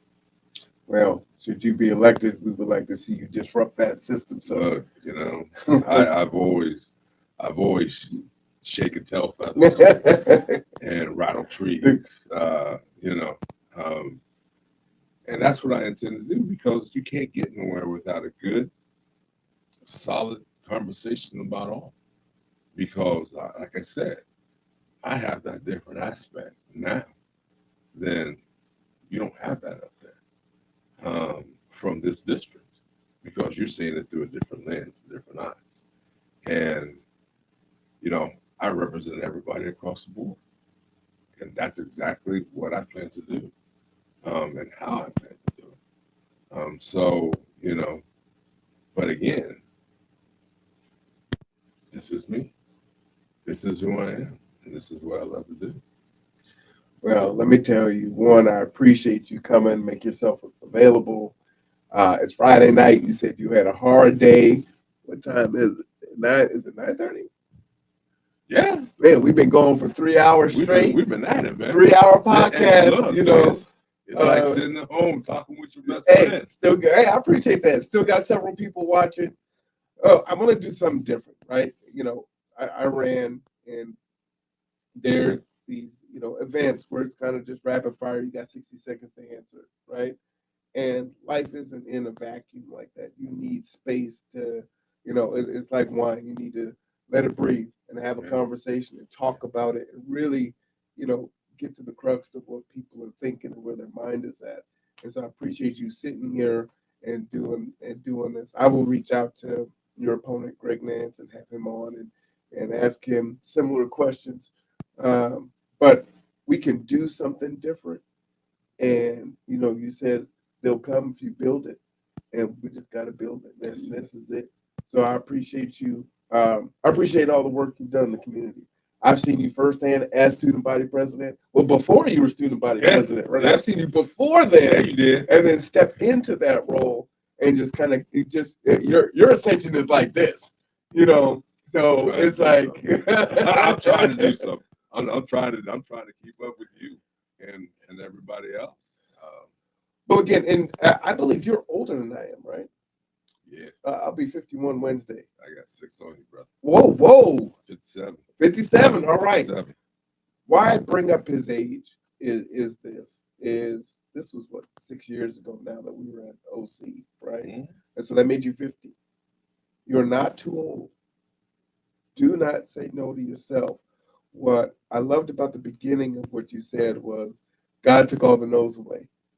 There was no more reasons to say no. You may be sitting there in your life and you are trying to find reasons to say no, and there's no no's left. So be bold. And if Shannon wasn't bold in all the things that he's done over the conversation of his life of getting out of the military and all those struggles, he wouldn't be here today in a position to run and to be seen as a leader, someone who is trusted, a go-to, someone who's dependable, right? So don't say no to yourself, and understand you have so much untapped potential. And it's not that you wasted it in your youth. You still have it. You have wisdom in your later years. Okay, that's it for me. I'm gonna put the camera on you and give you the final word, your final appeal to the people, and why they should vote for you. Well, I will say this. A vote for me is definitely a vote for community. It's a vote for a voice, a true voice, with a different set of lenses, a different aspect, but somebody who has showed up, who has been there, who has walked the walk and stood side by side and watched those cry and hold those up that will cry. It's time to have that voice and that perspective put out in the forefront. So I truly believe that I bring that perspective. I bring those relationships. I bring that history. I bring that fortitude because, again, I know how to battle. I wear the armor each and every day to show up um, and to work. I love to work because I love my community.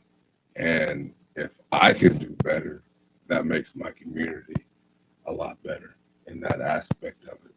And that's all I want to do is just make my community better. And I can do that to be that leader, to be out in the front, to lead my community in that upper plane, as you like to say. But again, it's also a chance to make history. We're always breaking the glass ceiling in one way, shape, or form here. We've seen that with Representative Simmons. You know, it's a possibility for me to do that with being a veteran and the first black male, all in the same one. And that veteran piece. Um, you know, this is, I like to say, a military district because we have the Navy and understanding that population and what it's like to have someone who has served and a family and that struggle between that. I understand how that is because I went through that. So I understand the pains and the struggle and the sacrifices that the family has to make to ensure that the husband doesn't have to worry about that or the father doesn't have to worry about that and everything's taken care of back here. So, you know, the spouses and the family members are true heroes because they're that hope to come back home to, which again makes us strong in the community. Uh, so, in that aspect of it all, you know, let's turn it up. Let's get right. Let's turn it up.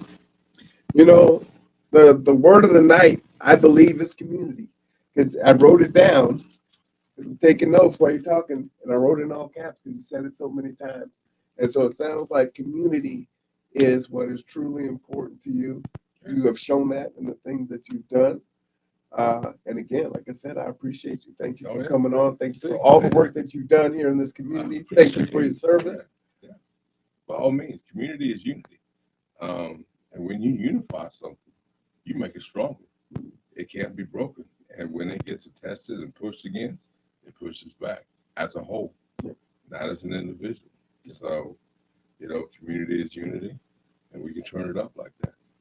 So, and I would say, you know, if you have people that you don't care for or you don't like, you can dislike them. But if they have an idea that you agree with, don't throw out the baby with the bathwater.